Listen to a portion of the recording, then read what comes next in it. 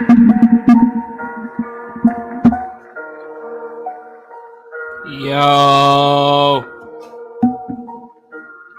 what's good?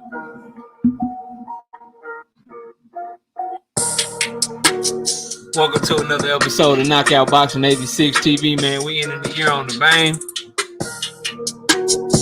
What a great year. I can't wait to next year, man, as the TKO debate series continues next year. Predictions is lit. Covering all of boxing, you know. One of the few boxing channels we got left. Hit the like button one time for the one time, man.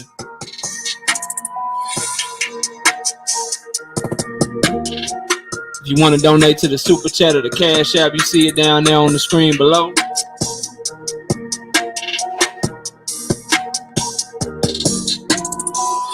But if you can't do nothing else, at least hit the like button as you come in the building, man.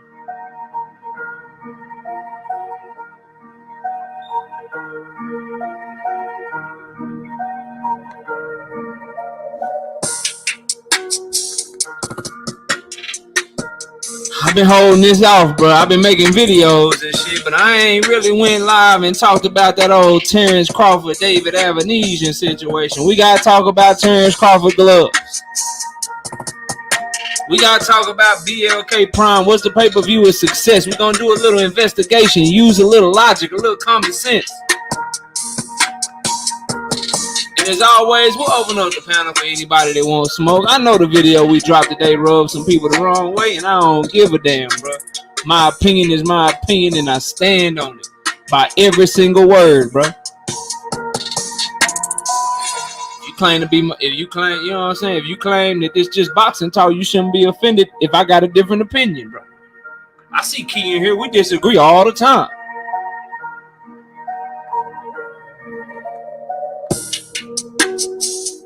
Trey Yaki says, I can feel the hate already.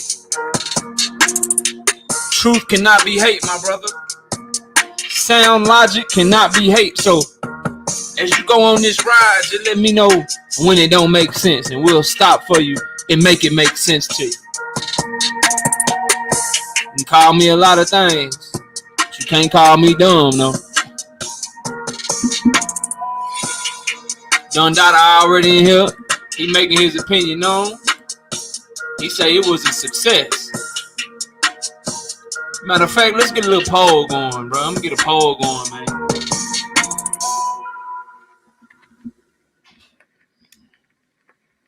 Oh, no, we disagree all the time on different stuff, Key. All the time on different topics and stuff.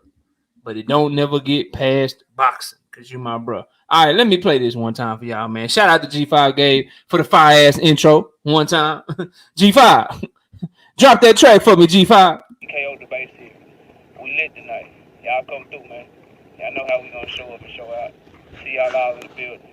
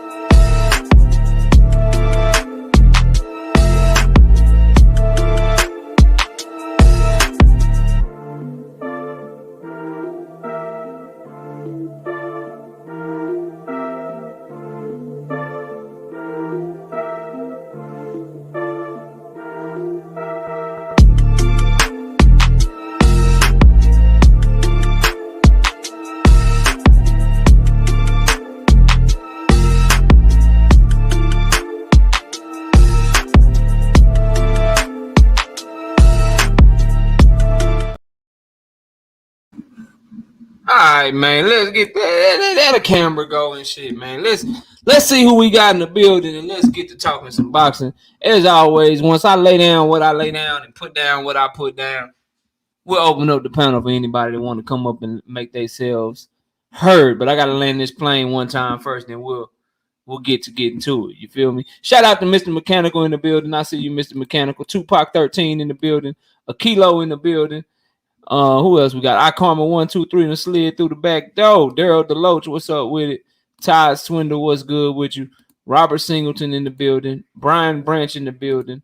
Miss KO, Miss Knockout. I just had some more of that damn shrimp Creole she made yesterday. Man, that shit was good, bro. Okay, what y'all say? She the best cook in the game. Shout out to Skills from New Orleans, and she the most beautiful woman in the game, too. Shout out to Skills from New Orleans in the building. What's good with you, bro? Not me in the building. What's popping? My brother Key, everything boxing. Fire-ass show today. Fire-ass show, and we're going to try to see what we can do over here. Mr. Lightning World, what's up with it, bro? Salute to you, fam. Trey Yaki done slid through. He said he can feel the hate already, but later on he said, I'm going to give you a shot. You know what I'm saying? I'm going to give you a shot. I don't want to hear a lot of speculation. Y'all, you going to hear sound logic from me, bro. Who else we got, bro? Who else we got? Dundada in the building. What's up, Dundada? Dundada, we got to get Dundada a debate, man. We starting a TKO debate series back up in January. We took a little break. I got a lot of lists I got to get to. I think I'm going to do the trainer of the year tomorrow, or I might do fight of the year or KO of the year. I got some different lists I got to do as we close out the year on these live streams. Got different things I want to do for y'all to close out the year. So we're going to get through that. We're going to go on vacation for a little bit towards the end of the year, and then we'll be right back. TKO debate series live in full effect. So y'all stay tuned for that. Hit the like button, too. Get my likes up, bro. I got 35 people in here so far. I got 25 likes. I know we ain't got 10 haters, so smash that like button one time, bro. Donnie Side in the building. What's good with it, Donnie Side? Shout out to you. Who else we got? Josh Sanders. What's good with it, Josh Sanders? Salute to you. Not me in the building. Where'd he go? There you go. He says, we don't know what happens behind the scenes, KO. I give the benefit of the doubt. I ain't mad at that, bro. I ain't mad at that. Jay Cooley in the building. What's good with it, Jay Cooley? Team 6 Tex. What's good with it, bro? Right side and slid through up in this thing. And so far, that's who's in the building. All right, let's get to it, bro. I see you, Carl. What's up? All right, let's get to it, bro. First and foremost, right? I want to talk about this glove gate shit that I'm hearing, man. I want to talk about the gloves, man. The Terence Crawford gloves. In case you don't know what I'm talking about, let me see if we can find a picture of them. See if we can find a picture of them to get them on up here, man. Let me go to Terence Crawford glove. Let's talk about it for a minute real quick.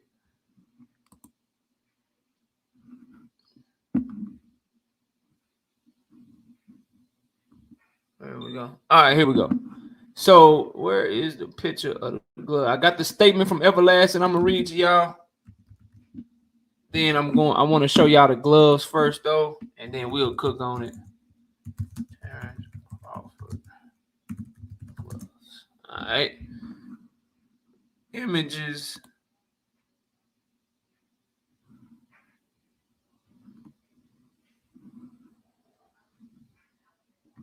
Where is a good picture at, bro? I'm trying to find a good picture for y'all. Y'all give me a minute. I got y'all, bro.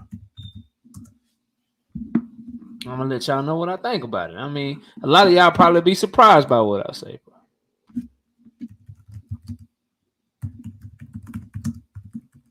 What's going on, Tay Tay? What's up, Juice? William Old School. What's up with y'all, man? All right, here we go. This is a good one. This is a good one right here. No, that ain't good enough, bro.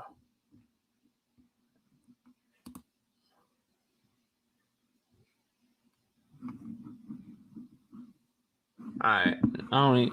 I like the picture, but I don't like the person that posted it, so I ain't gonna give them no play on my channel, bro. Y'all wait a minute, man. Y'all give me a minute, man. I rock heavy with the champ side, man. I use champ side's photo, man. Shout out to champ side. Y'all go subscribe to champ side. That brother doing great work over there, man. We rock with him heavy on this channel. You know what I'm saying? He be doing his thing for sure. All right, let me get this going real quick one time so I can show it to you. Share this whole screen right here.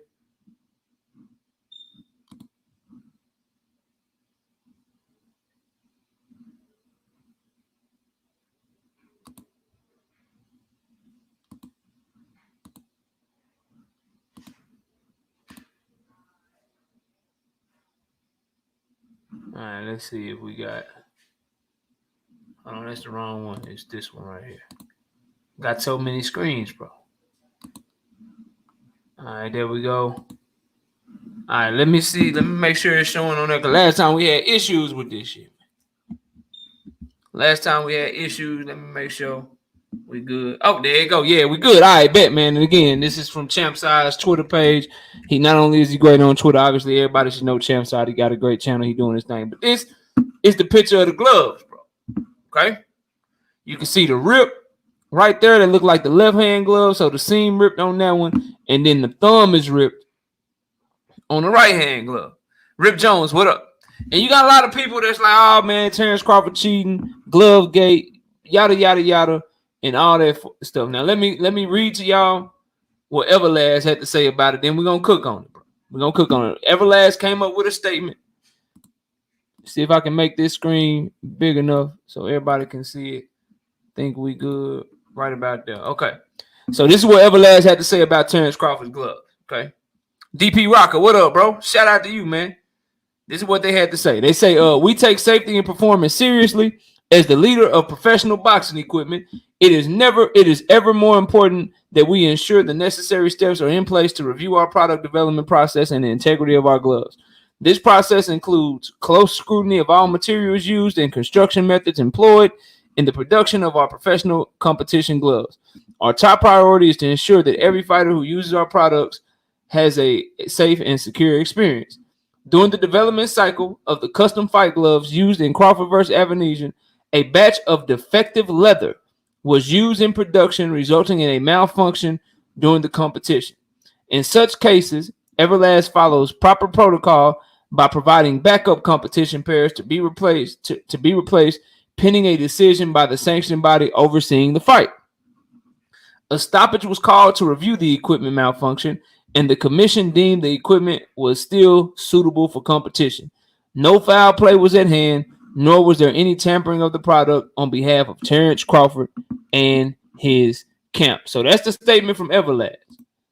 Let me stop sharing my screen. We got 97 people in here, 100 people and 54 likes. Y'all hit the like button. I'm about to cook on it. I got to hit that like button. No, Eric O, Yakov White. What's up with y'all, bro? Omega Red, what's good? Johnny Q, what's up with it, bro? Specs, what's popping, bro? I need y'all to hit that like button, though, bro. I need them likes to come up, bro. Ain't no reason we got 106 people in here and now 61 likes. I know you haters is watching, bro. I know you haters is watching. You got to hit my like button, though. Kirk Douglas, what's good, bro? You got to hit my like button, too, bro. If you're going to be in here and watching the content, bro, you got to hit the like button, bro. Everybody smash on the like one time. We got to get up the likes. B Brown, what up? Hit the like button, B Brown. I know you just got here. But hit that like button, man. Let's get these likes up. Let's run them up. If you can't donate to the channel in that Cash App, if you can't donate in the super chat, man, y'all can hit that like button, bro. Real talk. Shout out to McDub with the first super chat of the day. Let me go down to it right quick. McDub showing love with the $10 in the super chat. He ain't want to say nothing. He just wanted to show love. Rojai, what up? What's good with you? DJ Black Charm, what's good, bro? Nitty G, what up? All right, so let's talk about the gloves, right? Brother Huey Q, what up? This, y'all must have forgot what's good. So here's my thing with the shit, right? We have to separate Mr. Munn, what's good? Y'all go sub up to Mr. Munn, and all my brothers, but specifically Mr. Munn. He just started making content. We got to get him up there because it's content fire, bro. Keep grinding, OG. Keep doing your thing. Jason, what up? So Terence Crawford, bro, and these gloves, right? Here's my take on the situation. I think some people are caught up in the fact that Earl Spence was ducked by Terence Crawford. Some people are caught up in the fact that they may not like Terence Crawford's fanboys and a lot of the rhetoric and bullshit that comes from people that are like diehard Terence Crawford can do no wrong fans. A lot of people don't like that shit. And so as a result, when given the opportunity, people will try to find something where there is nothing. Now, I would call Terence Crawford a lot of things duck. I think he be lying and capping and shit a lot, specifically about the Earl Spence situation. But I don't blame him. I blame the commission in this instance. Because his glove busted, bro. If you were looking at the picture, Both his gloves busted, and they ain't busting in the same place. You got one on the outside of his hand right here that was on the left. Then you got his right thumb where the padding was peeled back, bro. I don't think that man was cheating or doing nothing crazy and no shit like that, bro. I believe, as Everlast said, the gloves was messed up. They was defected. They had a backup pair, and that's where I blame the commission. Now, they didn't want to stop the fight because taking off the gloves, putting the gloves back on, retaping them, that would have took a while, and they wanted to keep the fight going, bro. They wanted to keep the fight going. But they probably should have changed the gloves. Mark West, what up? They should have changed out his gloves and allowed him to fight. So that way there's no room for this shit. It's like stuff keep happening to where they give people room to question shit, and people are so vindictive and people get caught up in their agenda so much to where anything to shit on Terence Crawford. You see it from the other side, bro. What's up, Kurt? Anything to cheat on Terence, anything to downplay Terence Crawford, or anything to downplay Earl Spence. You see the shit from both sides. And the people right now, like my brother Keith said, I don't give a damn about the gloves. I think the outcome will be the same. I agree with you. But I think it's the commit. If you're going to give smoke to anybody, Rondo Datcher, what up? If you're going to give smoke to anyone, it's that commission in Nebraska, bro. It's whoever was in charge of the fight. It was a WBO sanctioned fight. So that's the sanctioning body. And the commission had to be some commission out of Nebraska. That's who the smoke go to, bro. You gotta stop the fight. You fix the gloves and y'all move on. I can't blame Terence Crawford if Everlast, the company that made the gloves, is telling you, yeah, that was our shit. We fucked some leather up or something and it messed up. We had a backup pair that they had on ready, on standby, but the powers that be chose not to put on the backup glove. So that's who I'm blaming, bro. So if you want to give smoke to anyone, and again, I don't think it affected the outcome of the fight. Like, number one, he ain't stop him with, like, if he threw like a hammer punch in the UFC and stopped him with the shit that was ripped up, then all right, bro, let's talk about it. Or if he hit him with his goddamn thumb where the shit was ripped up and like fucked him up or something, then all right, bro, talk about the shit. But he caught him with a right hook and sleeped him right here, bro. It was a clean right hook. Omega says gloves don't matter. He picked Avanesyan for a reason. And shout out to Omega Red for staying up late with me for that Monster Anyway fight. I appreciate you, Omega. So I'm not with that shit, bro. I'm not with that shit. It ain't like his shit looked flat and was looking crazy from the jump like it was Tyson Fury or some shit, bro. I'm not gonna put that on that man, bro. I blame the commission for not doing what they were supposed to do. You get a bad piece of equipment, you get some shit going on that don't look right, some glove fuck up or the tape come off or whatever, you tell them what to do so everything can look on the up and up and be good, bro. So that's my take on the gloves, bro. I don't give a damn about the glove. Y'all must have forgot. Drop the comment. He said, this what I'm gonna say about gloves. I don't care. When they question Fury's about his gloves, then I'll question Bud. This coming from a Spence fan too. That's where I'm at with it, bro. Like, don't do that shit. Don't do that shit. Because you make yourself seem like you hating for hating's sake. And all my criticism of Terence Bud Crawford, every single thing I lay at his feet is because he ain't giving me what I want as a fight fan, and that's for him to fight the best possible competition. The moment he do that, my whole tune will change because I'm fair, bro. Because I'm going to keep it real. 143 people in here, 96 likes. Come on, man. Come on, bro. That's 46 people ain't hit the like button. Smash that like button for me. You feel me? Smash that like button for me. So that's what I think about the gloves. Now let's talk about the main topic of the show. What's good, Frankstown Gaming? Salute to you. Get the likes up. Run the likes up, bro. Silver, what's up, Silver? Salute to my brother Silver in the building. So let's talk about, was the pay-per-view a success? And you gotta go twofold, right? Like the card itself, and then the revenue that it generated. So let's talk about the card itself.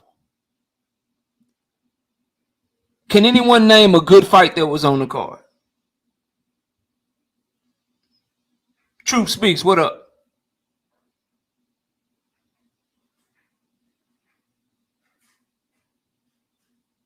Did anybody see a good fight on the card? A fight that was good and competitive?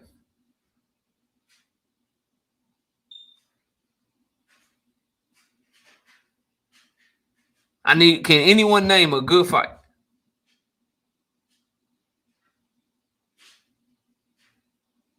Troyaki, I'm asking the question. I'm not even telling you what I think yet. Name me a good fight, bro. If it's sad, then you should be able to tell me a good fight on the card. We starting right there. We're answering, and I ain't even told. I'm gonna tell you whether or not I think it was a success at the end, bro. But answer the question. Like, don't participate, bro. Don't just say something is sad. Either tell me why it's sad, right? Or answer the question.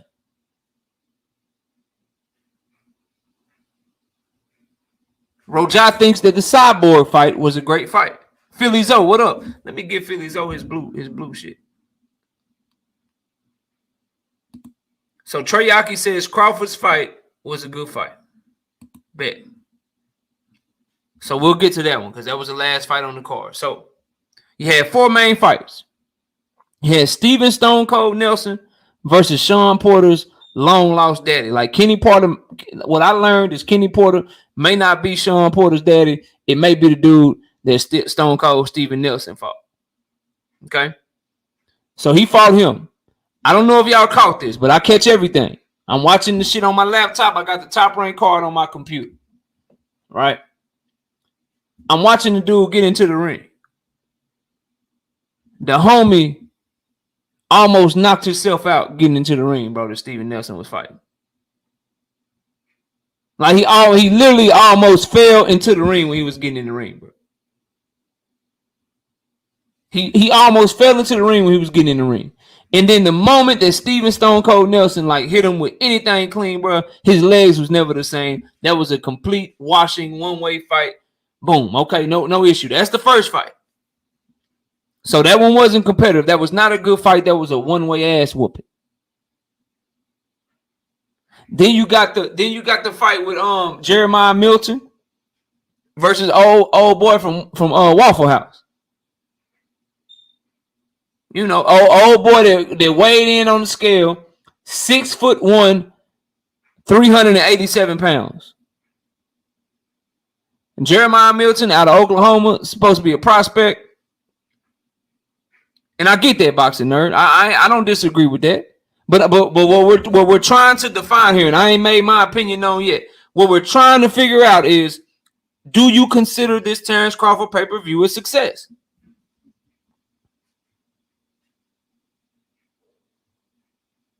Right? So the second fight on the card was Jeremiah Milton, heavyweight prospect, 6-round fight, versus a 6'1", 387-pound heavyweight. That fight went the distance. No big punches were landed. It was a one-way fight for Jeremiah Milton. He did get touched up a little bit, but again,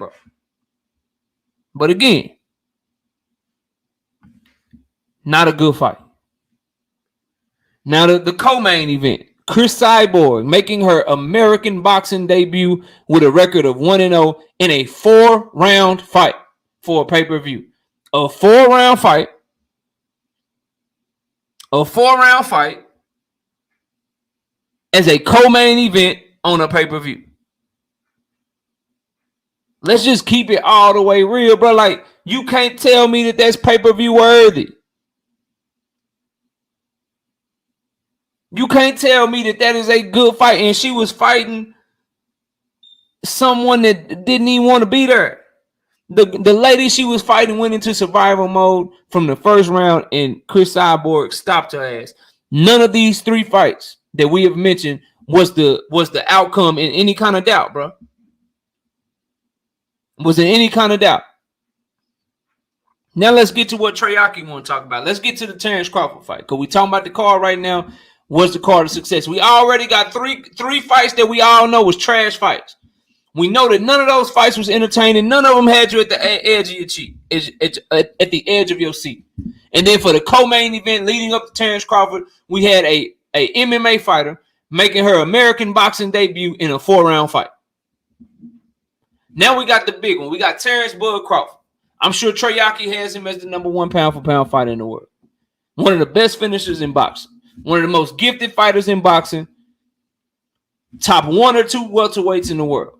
If you got him number 1, you got him number 1. If you got him number 2, you got him number 2. But if he ain't in your top 2, you probably just a hater.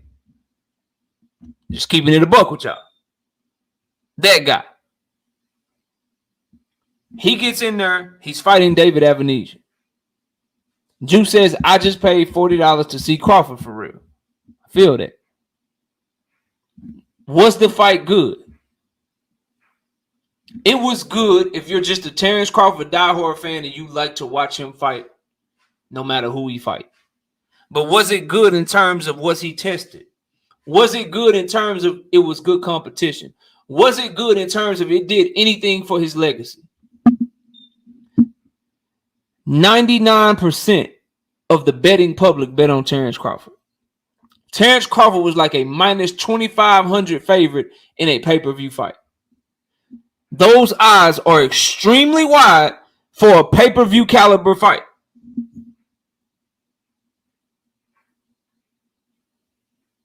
So, again, the card as a whole, I give you a 4-round fight with Chris Cyborg, Terence Crawford in a one-way fight, Steven Nelson in a no-way fight. The other dude didn't even show up to fight. And then we got the Waffle House guy versus Jeremiah Milton in a slow plotting performance by Milton where neither of them got knocked down, didn't land no shots. So the card, not a good card, bro. Not a good card. But let's keep going. Let's keep cooking. Let's keep this thing moving, bro. The production quality and the commentators. Now, I can't stand Antonio Tarver, bro. Don't like him. I can't stand Paulie Malignaggi. Don't like him. I didn't know who BLK Prime was until they got this fight. But the production quality was good, bro. The production quality was good. My shit didn't buffer. My shit didn't, like, I didn't lose signal. None of that shit. So it was good. Mike Biggs, what up? D-Free, what's good, bro? Rodney Reed says I'm hating. What am I hating on, Rodney? What am I hating on? So production quality, the actual way that they delivered the fight, did you have good reception? Did you have any issue? Like, nah, bro, that shit was cool. No issues with that. I thought it was a very good job. Thought it was a very good job from that regard.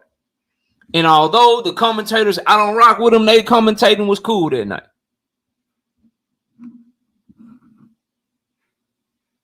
It was cool that night. Victor C says, KO, it was good quality and not buffering because not a lot of bandwidth was used. Wasn't nobody watching that shit, he said. We're going to get to it, bro. We're going to get to it because BLK Promise came out with a statement and they directly disagree with you. Akilo says his stream didn't have any volume. I don't know about that, bro. My shit was fine, bro. My shit was straight. My shit was good, bro. I ain't going to hold y'all. So again, the card, subpar at best. Trash ass card. Anybody telling you that the card was good, bro, you lying, bro. Y'all using these words because you don't like what I'm saying, but you know it's true, bro. Like Victor, Rodney Reed, Teriyaki, all y'all, bro. Name me another time that you gonna get a 4-round fight as the co-main event on the pay-per-view, bro. Name me one, bro. Correct me, like that's what we here for. If I'm wrong, it's if I don't know what I'm talking about. If there are all these pay-per-views rolling around this bitch, right? They got this type of card that they put together. Name them for me, and let's talk about them together. Snacks B, what up? Philly Zoe says Jake Paul. So we got to go to somebody that we don't even really consider a boxer like that. Teriyaki says nobody cares. But you hear, though, this is what you do, bro. This is what you dudes do. You been here from the beginning and ain't left yet, and you probably ain't going to leave. But don't nobody care. You don't care about boxing. Because, see, we did a whole 15 countdown prospect list last week. Talking about the best prospects in boxing.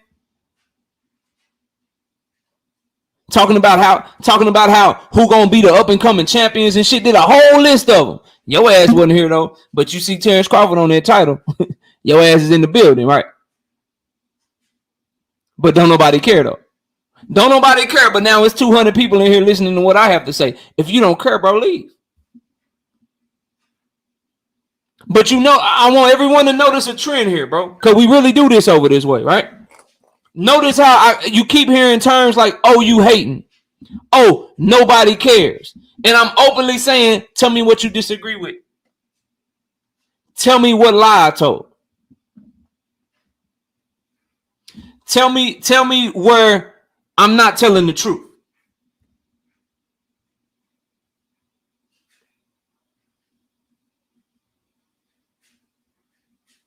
Rodney Reed says BLK's first event, they will get better. I agree. It's nowhere to go but up. I think they need to put better. I think their production is cool. I think they need to put better cards together, get better opponents for whoever they got as the A-side fighter, and put a better undercard together, and it will get even better. I agree that the production was good. So we keeping it above. But for everyone claiming not to care, for everyone saying, I don't know what I'm talking about, that's what we're here for. And we will drop the link. We will drop the link for you when I get done. But tell me where I'm lying. Tell me where you consider anybody else to have a 4-round fight in a one-sided fight as the co-main event. Tell me where else that would be considered a success for a card. That shit wouldn't even be like, do you realize Top Rank, Teofimo Lopez and Sandor Martin as a card beat the brakes off of this card put together by BLK Prime? You realize that, right? Young Hollywood, what's good? You realize that, right? So I'll compare it for you. The co-main event for BLK Prime, right, was Chris Cyborg making her American debut in a 4-round fight. The co-main event for the Top Rank card was Jared Big Baby Anderson versus Jerry Forrest in a heavyweight fight.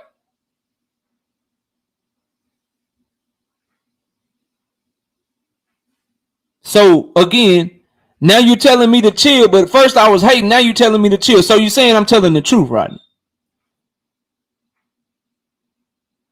So anyway, bro, off of the production good, card trash. Now let's talk about the money. Let's talk about the revenue, right? BLK Prime came out and they made a statement. They said this. They told us, early reports indicate that buys for the sold out event exceeded initial projections on BLK Prime Digital, further solidifying BLK Prime's position as the newest and best destination for high quality boxing content. So BLK is saying it was a success. All the numbers that we projected, all of the things that we thought we would do, we exceeded them. We exceeded expectations. But with a critical thinking person like me, right, and somebody that's gonna uncover every storm, every little stone that you turn. Let me ask y'all something. For those of y'all that got a lady, right? For those of y'all that got a lady, if you're proud of her, you take her around, you show her to your family. And my ladies, they got a man. If you're proud of him, you tell your homegirls what he do for a living. You take them to meet your sisters. You take them to meet your family and shit. You do all that. You do all of that. You take them around because you're proud of them. Now, with BLK Prime, if you exceeded your expectations, why didn't you say what the numbers were? And then furthermore, why didn't you tell us what your expectations were to begin with? I can tell y'all right now, man, I hit all my goals on YouTube this year. I hit every goal that I set for myself on YouTube this year. Every single one of them. My viewership goal, the amount of money I made on here, my channel growth, the number of subscribers. I hit all my goals. Your first response is going to be, well, shit, how we know you hit all your goals? Because, shit, you ain't even tell us what your goals were. You ain't tell us what your goals were. How we know you hit all your goals? Knockout, well, shit, I just hit them, bro. And then you have to think of what do you expect someone like BLK Prime to say, or Top Rank to say, or PBC to say, or The Zone to say? No one is going to come out and call themselves a failure, bro. Even if they know they failed, they ain't going to be like, yeah, we failed. So I take that with a grain of salt. I take it with a grain of salt. Like, anybody talking positive about themselves, like you expect them, if they have any kind of self-dignity, if they have any kind of self-confidence, you expect them to talk positive about themselves. Any fighter that's telling you another fighter is going to beat his ass, like, bro, I don't want to see you fight. If Devin Haney came out right now, it's like, yeah, man, Tank Davis, he just hit too hard. He just too good, bro. Tank Davis beat my ass. No one would want to see that fight. If Top Rank came out and Bob Raven came out and said, yeah, we just trash. We can't make big fights. We don't know what we're doing. We don't know how to promote. You know what I'm saying? We just garbage at this boxing shit. We trash. No one would want to hear that shit. No one, everybody be like, damn, bro, you ain't supposed to talk about this shit like yourself. So we cannot use what BLK says about BLK as facts, bro. So let's dig further. Was it a success? And I'll let you know my opinion overall. This is what I know for a fact. I know BLK ain't paying people right now. I know that. I'm looking at a statement that they made. They said fighters and vendors. This is on their official Twitter page. It's still up. They just posted this shit 6 hours ago. Okay? Fighters and vendors will receive all monies owed after revenue from gate, pay-per-views, and sponsors are accounted for. Please be patient with us. We're a new operation. Now, that ain't how shit supposed to work. You don't, like, once you and I agree to something, you don't get to pay me based off of what you do. My job right now that I do on a that's a fake Twitter page, yeah, all right. Whatever you say, bro. That's the official shit, man. That's the one they use to announce the fight and everything. But okay, whatever you say, bro. Do that, right? So here's the thing, right? If you got a job and they agree to pay you a certain amount of money, bro, they can't come back to you and say, shit, man, hey, knockout, this month we're a little short. So what we pay you, you know what I'm saying? You're going to have to wait for us to get this in, get that in, do this over there, and then we'll pay your ass. If your shit was successful as you claim and you exceeded your projections, why do you have to wait on a whole bunch of shit to pay them?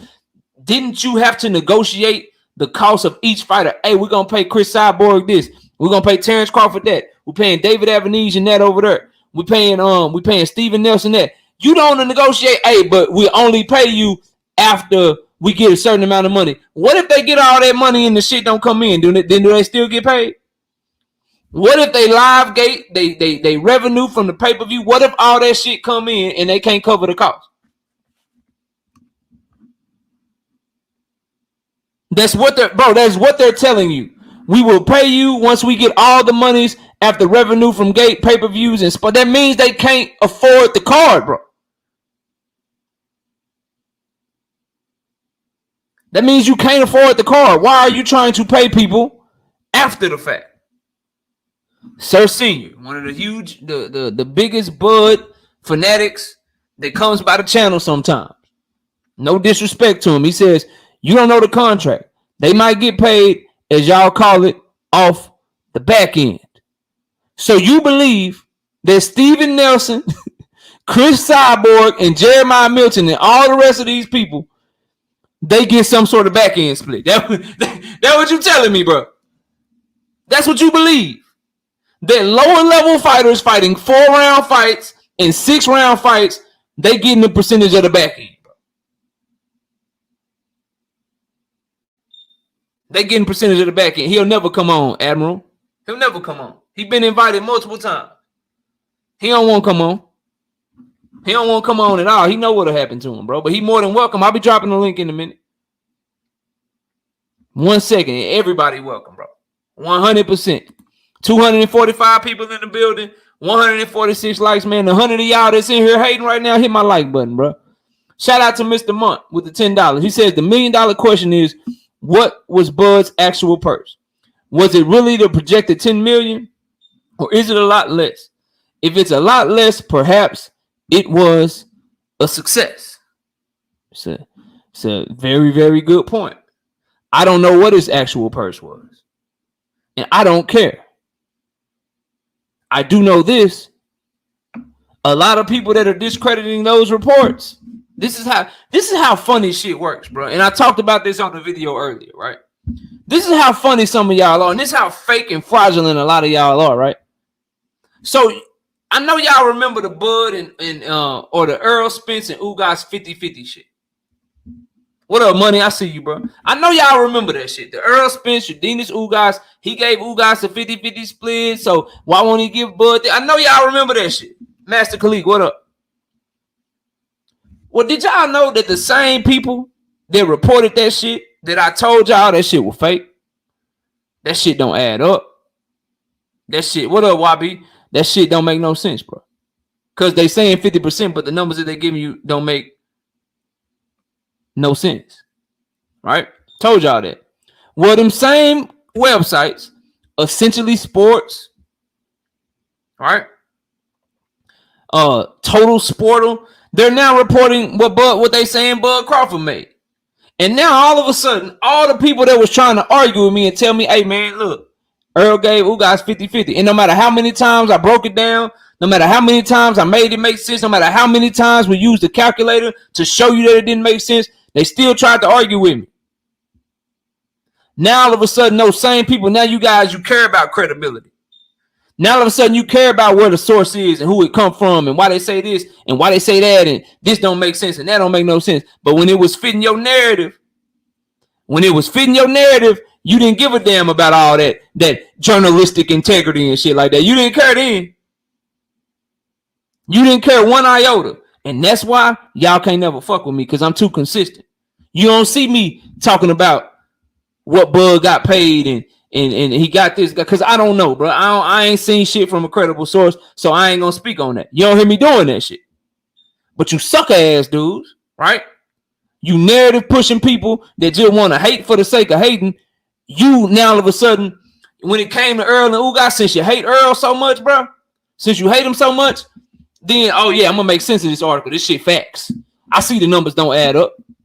I see that this shit ain't credible, but I'm gonna say that that's what he gave Ugas because it backs my narrative of him ducking Bud. You was cool with it. But now all of a sudden, when the shoe is on the other foot, when those same publications are telling us, hey man, Bud only got 2 million. Now all of a sudden, oh man, that shit ain't real, bro. Like, man, who is Total Sportal? Who is Essentially Sports? But that shit ain't real. Who the hell are they, bro? They don't know. Now that shit don't make no sense to you. Now all of a sudden you care where shit is coming from. G5, what up? And that's why I'm me and you. That's why the people that's in here, they rock with me, they rock with me. That's why you is in the background hating right now. You really rock with me for real, but you don't want to admit it. Because you know this shit real talk, bro. You can't get around it. You can't get around it because it ain't no sugarcoating. This is 100% factual. Y'all know y'all some goddamn hypocrites, bro. And I'm not, and you hate it.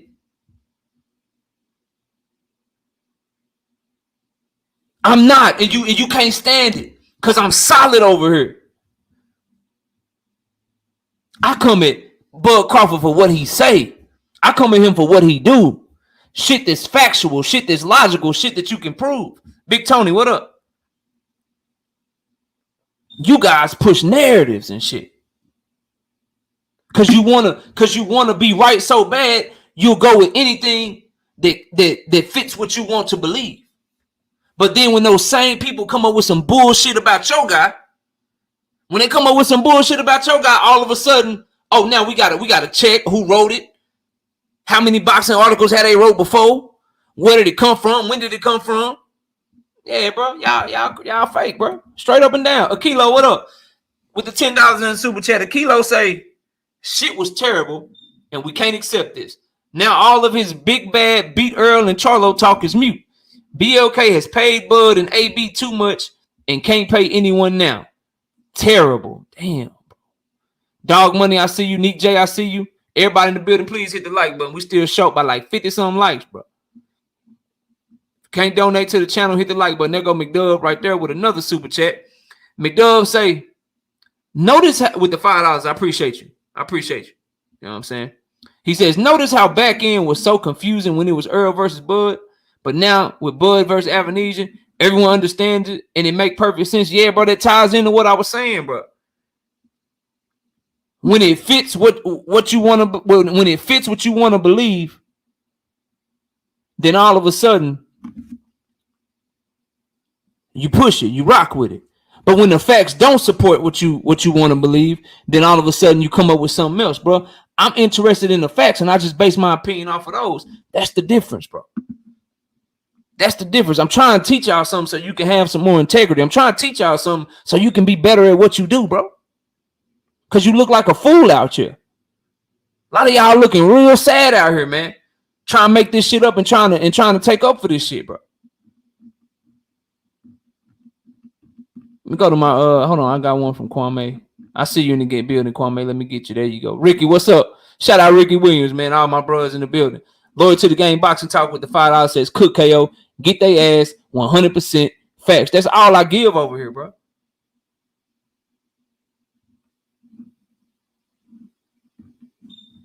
That's all I give over here is 100% facts. And sir, you want to argue so bad, bro, but you know you can't fuck with me, bro.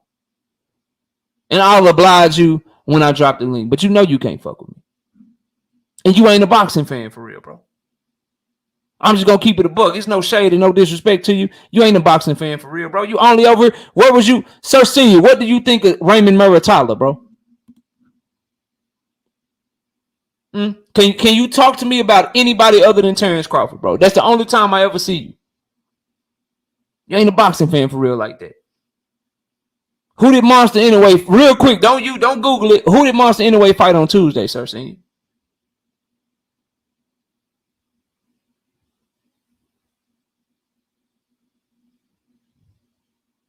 But anyway, bro, he says, how can you say facts if you don't know the numbers? If I don't know what numbers, bro? What numbers have I claimed to know? Tell me what I'm saying that don't make sense to you, bro. Tell me what I'm saying. Because again, I want y'all to notice a trend here. And I ain't going there, Sir Senior. He cool, no issues, bro. Why won't you guys just refute what I'm saying, bro? Why won't you just refute what I'm saying? Why don't you tell me why the card was a success, bro? Why don't you tell me why the actual fight card was a success? Why don't you give me an alternative as to why BLK Prime is telling people that they got to get paid after some more money come in? If I tell you got to get paid after some more money come in, that means I don't have money to pay you. That's like if I make a bet right now with Marquis or Edgar Chavez or Omega Red or Josh Sanders or my brother Money or my brother G5. If I make a bet with them right now and they win the bet, bro. What's going on, sis? Charity in the building, my sister. If I make a bet with them and they win the bet and they come to me to get their money and I'm like, say, bro, I can't pay you until, you know what I'm saying, I'm waiting on this paycheck over here. You know what I'm saying? YouTube hit next week. I'm waiting on that, bro. Then as soon as the YouTube check hit, then I get paid for my job and shit, bro. Then I got you. I'm telling you that because I ain't got no money, bro. Why is it any different in this situation? They are telling people, hey, after we get this check over here and we get this money over there and then we get this money right there, then I'll be able to pay you. So that's more evidence. So we got two things, right? We all agree that the card is trash. And if you don't agree, hit the link when I drop it. And we all agree that they can't pay the fighters right now. That as of this point, As of right now, Wednesday night, 8:22 p.m. Central Standard Time, December the 14th.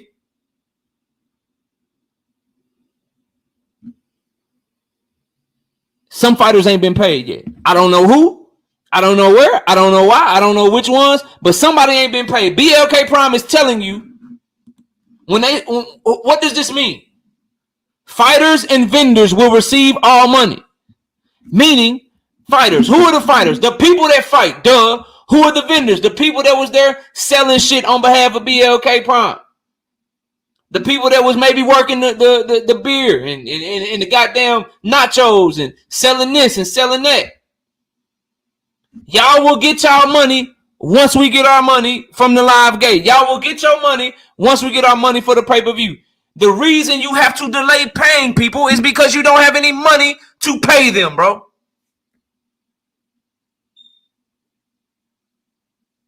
This man says, what is your reliable sources? BLK Prime. BLK Prime is my reliable source. These guys right here, them. These guys right here.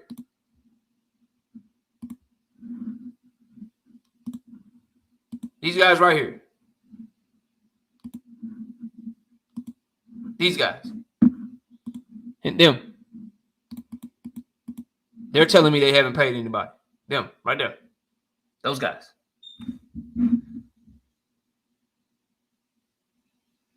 I'm looking to make sure y'all can see. Yeah, them right there. You read that? Can you read that? This was 6 hours ago today.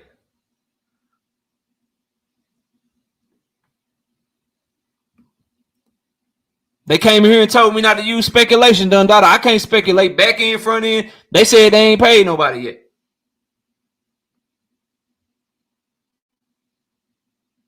Now, am I making this shit up?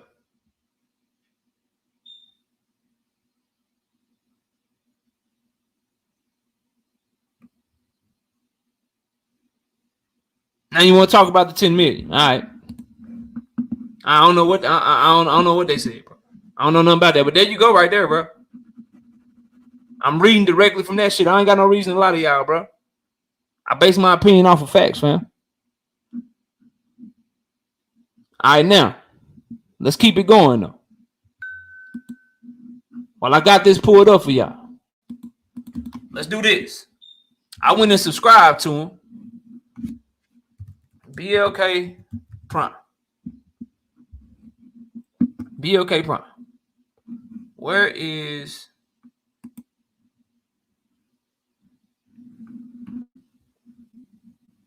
Oh, there they go. Right there. Boom. BLK Prime. Let's click on it. All right. Let's go to the YouTube page. Video. Again, was it a success? Now, BLK Prime has the entire fight between Terence Crawford and David Avanesyan posted to their official YouTube page right now for anyone who didn't watch it to go watch it for free right now. Why is this important? Dank Father, what up? Why do you post videos to YouTube? If you're a channel, you post them for ad content. If your pay-per-view was a success, why less than, and this was posted yesterday, so this was posted on Tuesday. You just had the fight on Saturday where you charge people $40. Now on Tuesday, Saturday the fight was, Sunday, Monday, Tuesday. Two days later, you post the fight on your own YouTube page for free.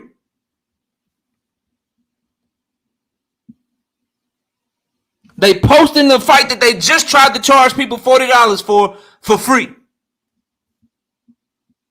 So we know that they came out there like, bro, some of y'all's logic, bro.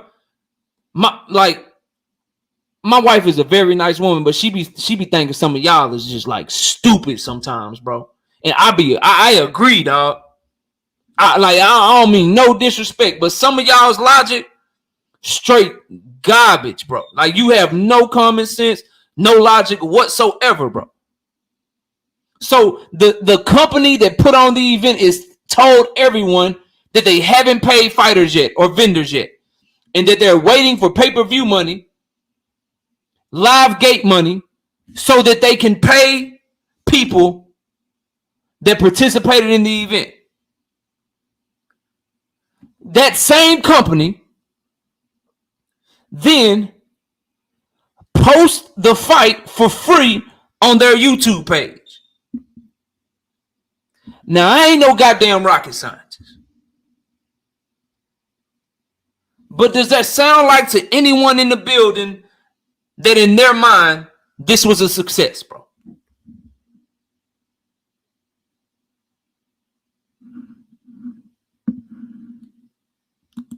Anyone?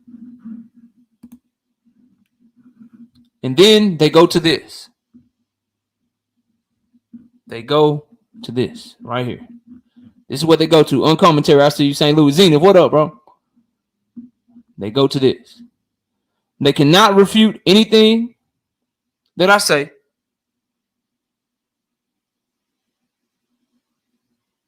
They can't go at me on some boxing talk shit. So they try to say something like what KFC tried to say. No, bro, you hurt. And my woman who would never look at nobody like Bud Crawford or you, bro. We good. I'm just telling the truth, and you hate it, bro. It ain't my fault, bro. That like these are facts, bro. I'm not doing nothing malicious. I ain't got no bad intents. It is what it is. Big Dog Willie with the $2 in the super chat says BLK Prime pay-per-view 500. Man, I can't even count. No, that's 5 million. 5 million buys. Facts. Stop hating. Yeah, you right, bro. You right, bro. So this is what we got. Production quality, A1. Good production quality. No issues whatsoever. No issues whatsoever. A1. Fight card, trash. Company is struggling to pay people, and they're posting the fight 2 days later on their YouTube page. So my opinion is the pay-per-view event was not a success, bro. If it was successful, you hold on to the content. You don't get the shit away for free 2 days later. If it was successful, fighters wouldn't be waiting to get paid. You wouldn't be, you're literally like, yeah, we ain't got the money right now. We waiting on this to come in, so I'm gonna pay you. You sound like a nigga that lost a bet and you can't pay your bet, bro. That's what they sound like, bro. And it's so stupid to do that, because now what? People gonna be like, shit, Adrian Broner versus Ivan Redcash, I ain't paying for that shit. They'll have that shit up 2 days later. So you hurting your future business, dumbasses. You hurting your future business, bro. Oh shit, what up? Shit, I'm about to fight. AB versus Redcash. What I'm about that shit for, bro? Shit. I wait a day. They'll have that shit up. I had that shit up. Facts. What Nick J just said facts. You want to know what a success look like? Showtime Sports got the Udenis Ugas Earl Spence replay schedule for April of 2023. And the shit happened in April 2022. They didn't run and go post that shit immediately. What's good, best dad ever?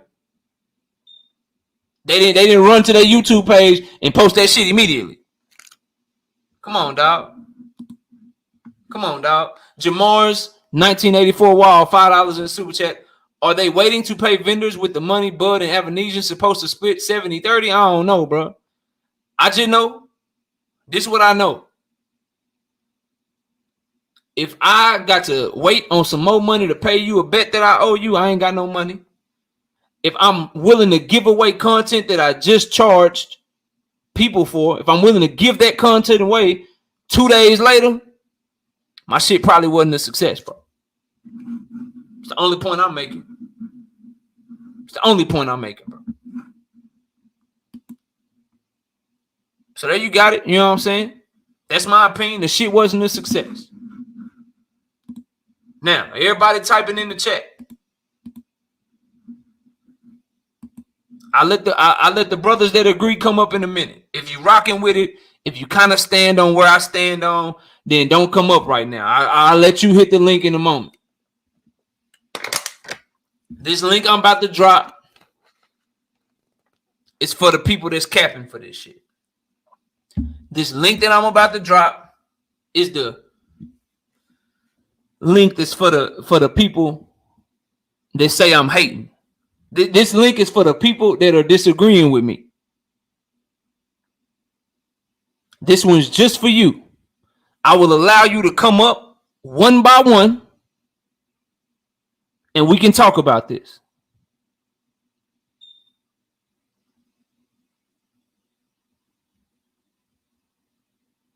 I don't want to hear, I got this to do, I got that to do.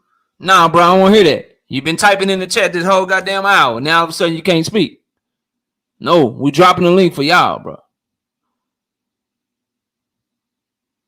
Lies, bro. Sir says, what else would you say you don't like Bud? Lies, bro. Bought the fight. Lies, bro. Lies, bro. Picked him to win it by knockout between round 5 and round 7. Just took up for him on the glove situation. Huh? Ricky's in here right now. Didn't call him a duck until he actually ducked.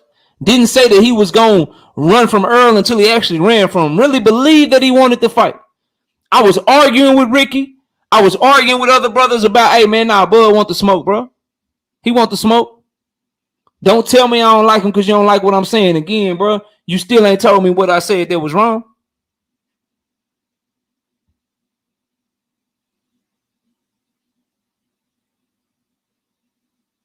Still ain't told me what I said that was wrong. But it's cool. I'm dropping the link right now, bro. Sir, seeing anybody else want it, come up here. We can get it, bro. We can talk this boxing. We can talk this boxing, man.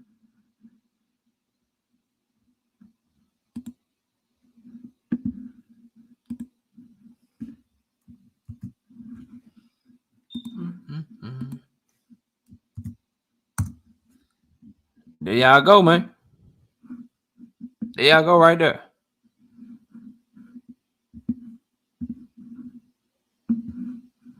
Oh, now you gotta go. Yeah, I bet you do, bro. I bet you do. All right, let me get this. Let me end this poll. Always clean cut. Always. All right, we got the link in the chat. We'll give him a couple of minutes. Sir said he got a newborn now. He gotta go. He said he gotta go. He got a newborn. He gotta go. You know what I'm saying? I can't see you, Trey. Let me see your face, bro. All right, you good?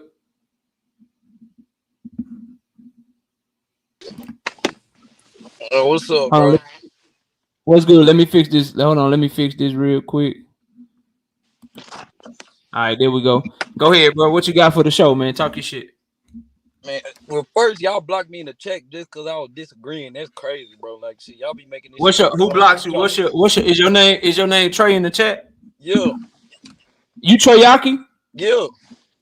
Hey, I'm gonna go. I'll figure that out. Y'all don't. He ain't say nothing out the way. He just don't agree. I didn't see that, bro. But nah, we ain't on that. Now I'll make sure that you get unblocked or untimed out. But go ahead, talk your shit, man. What you got, bro? Now, before we even started off, I've been on here one time. I ain't no Bud supporter fan, none of that. I like both of them. Like, people be unreasonable, like acting like you gotta choose sides. Both of them niggas nice. Like, they just different. You know, they got pros and cons to their game. But even with I'm not really a social media person like that. I looked up the BLK Prime Twitter. I seen a whole nother Twitter that was started in February, not the one you just showed that started in November, that didn't even have that. So like, I just like, that's what I be saying, speculation. Nobody know the real or fake. If it's two different accounts out there, you can't just say some facts.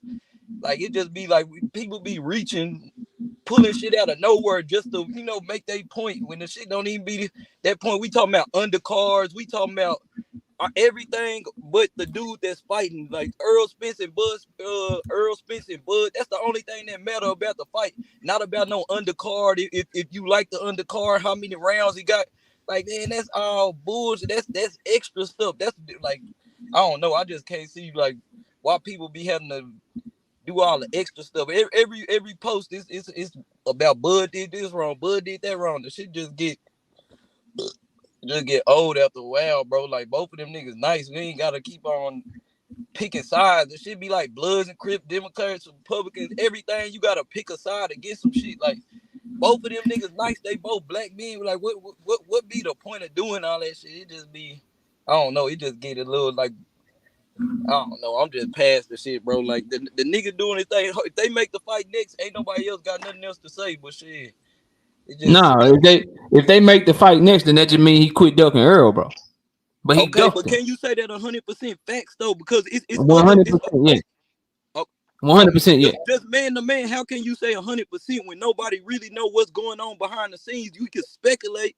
Just like you can say it based off what you do know. So we do know that Terence Crawford was talking to BLK Prime at the same time that he was talking to PBC. Okay, yes or no? If we want to count that as a fact, I count that as a fact. But give me mine back, and I'm gonna say stuff on the other end because it's both ways. Ain't nobody. Okay, all right. So we got that fact number one. We also know fact number two that BLK or that Terence Crawford told BLK every single thing that he was doing with PBC. He was up front with them. He gave them. He let them know, hey, I'm trying to do this over there. I'm trying to do this over here. He out of his own mouth. He said he communicated with them that he was trying to negotiate with PBC. Right or wrong? I mean, he said that, right? I don't. I mean, I don't. I mean, if that's what you want to say, right? I'll give you that. Okay. Okay. So that's another fact. Fact number three.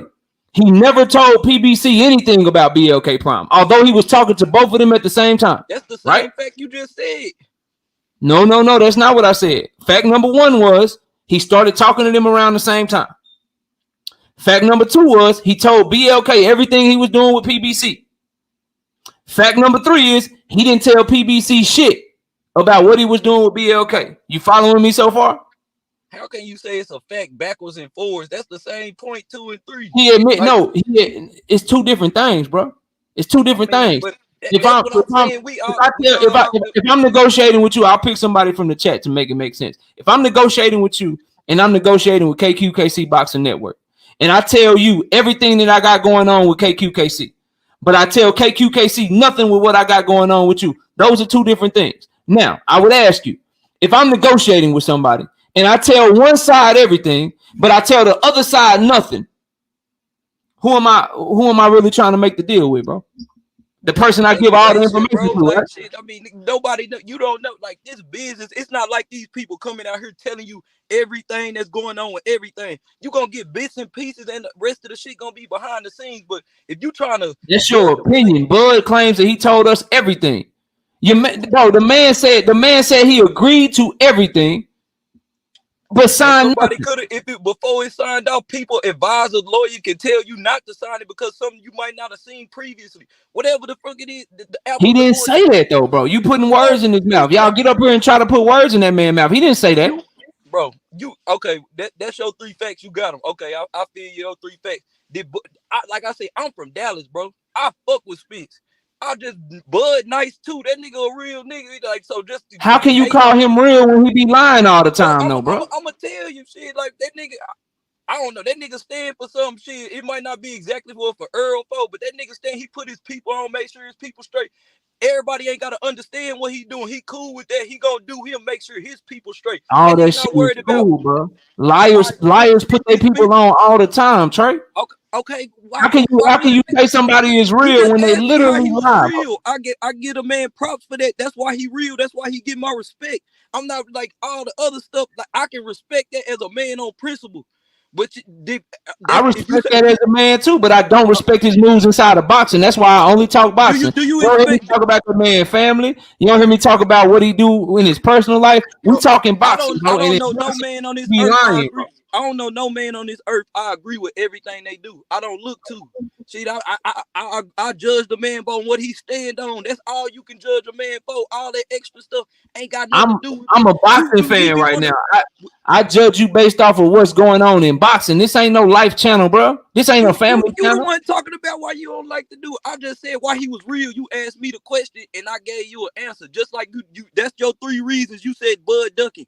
I can tell you from I got more, but you cut me out. But I got way more. So, but let's start there. If you said he's not ducking, so tell me how I'm wrong just for those alone, and we can keep going.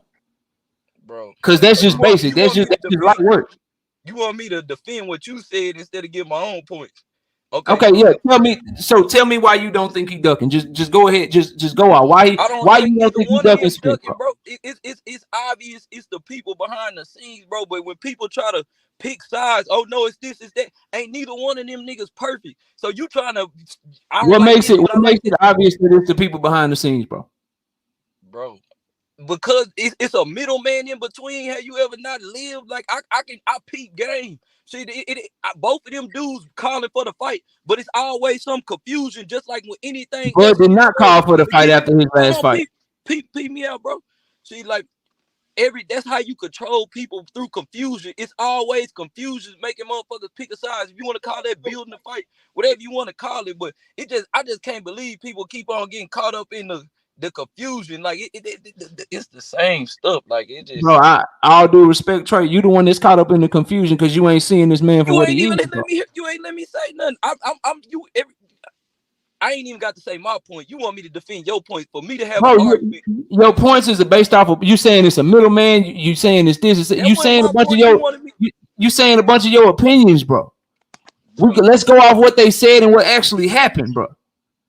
Like, tell me why he not ducking based on the facts that we all know, because that's all we can go off of is what we all know. Okay, tell me why he not ducking, bro. Is this a fact? The PBC made the fight wait for 4-5 years already to build for the side of the street, whatever it is, bro. Like it ain't just no. That's not a fact.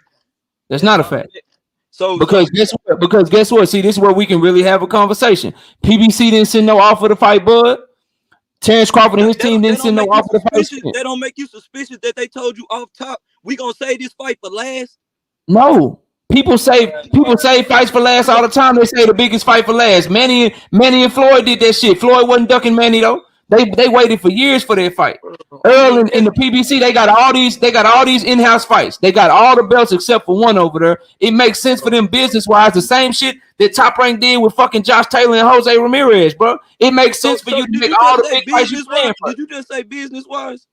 So yeah. How can you knock the other man for doing something business-wise? If he had a better deal on the table, whether he was talking to 2 people, 1 person, if you just said it was better business-wise, if I'm not getting a deal from your people that I feel like I deserve, how you gonna block me from going to go make some money with somebody else? Whether I got what I told you, a little bit of this, all that don't even matter. If I see I got a better play over here, then I'm gonna let this one cook up, just like you just said. How can like? Because, bro, Trey, if you don't know, if you don't tell them, how can they even have? You didn't even negotiate in good faith, bro. We don't know what's going on in the. Do you think, bro? If you don't negotiate in good faith, how do you know it's a better deal if you don't tell them, hey, I got this shit over there, bro? And then furthermore, you can't tell me because now it's reports coming out. I don't know what's true and what's not. I know we can't confirm that he didn't get 10 million, but we also can't confirm that he did get 10 million. So we can't say it was a better deal. This nigga's pockets. I don't care what he got. If he said it was a better deal, you take it for what he said. That was a better deal for him at that moment. All the extra stuff is, bro, don't even. How is it? How is it a better deal? You make more money fighting Spence. You fighting to be the first man. Hold on. You fighting to be the first man. Bro, you fighting to be the first man ever in boxing to be undisputed in the 4-belt era in 2 separate weight classes. You will get more respect for beating Spence than you've ever gotten in your entire career. So your legacy, your respect as a fighter, and your bag is all better with Spence. But you coming up here saying that David Avanesyan was a better deal.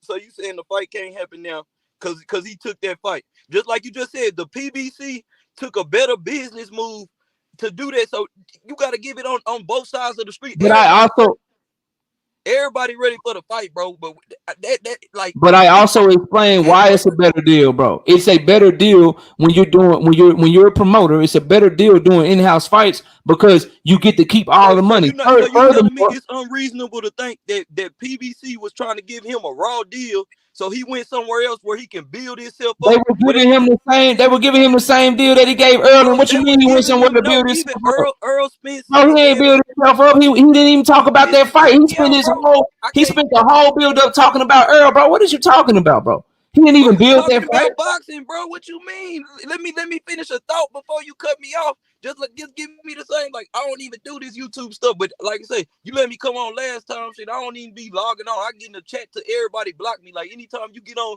somebody talking about this subject, if you say anything, they gonna block you. Like I say, I like. Nah, we ain't on that over here, bro. Like, I'll make sure that you ain't blocked. I can't have a thought as a man. I can't tell you where I'm coming from. Like, shit, goddamn, you trying to direct me in every direction. I can't let you feel me because every time I say something, you JD, I'll let you up in a minute, JD.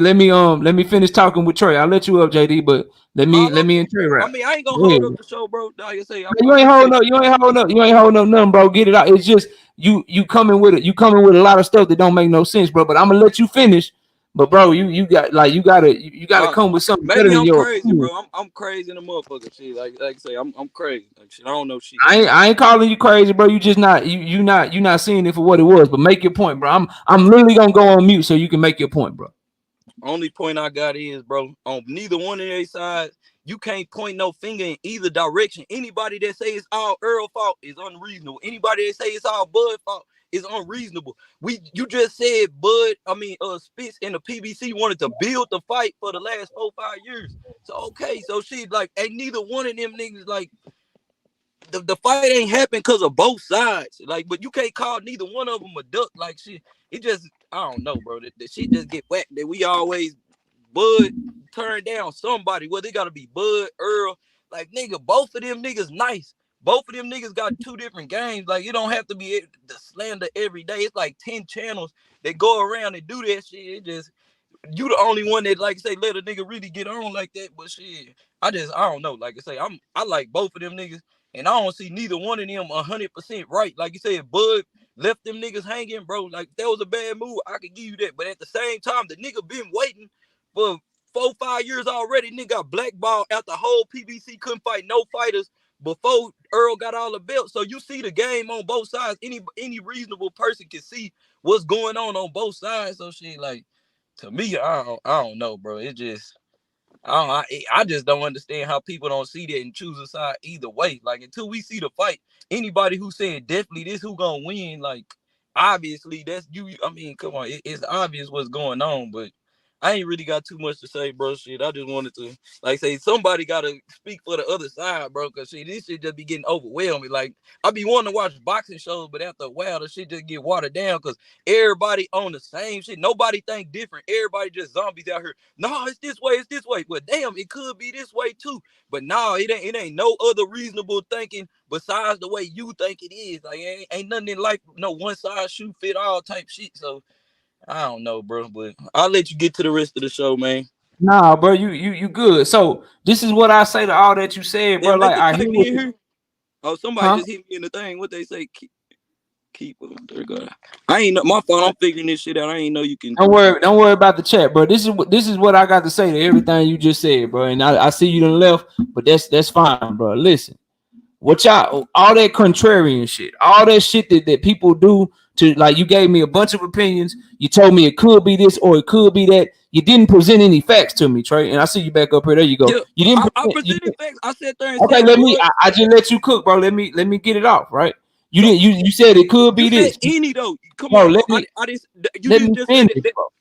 You ain't say that. Trey, Spence said he had to clean up his side. Let me finish, bro. Let me finish. So, in doing that, neither one of them, while they were on separate sides, really pursued the fight.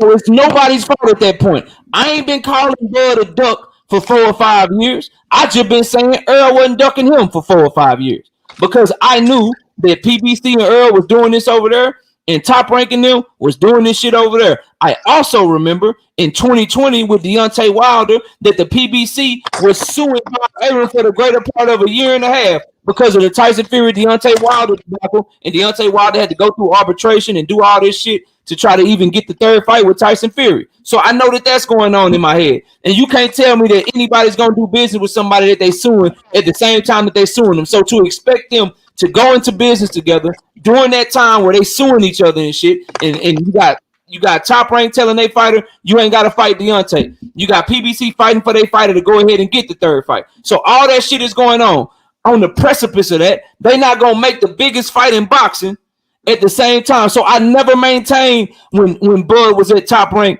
or when Earl was at PBC that either of them was ducking each other. But then shit got real, Trey.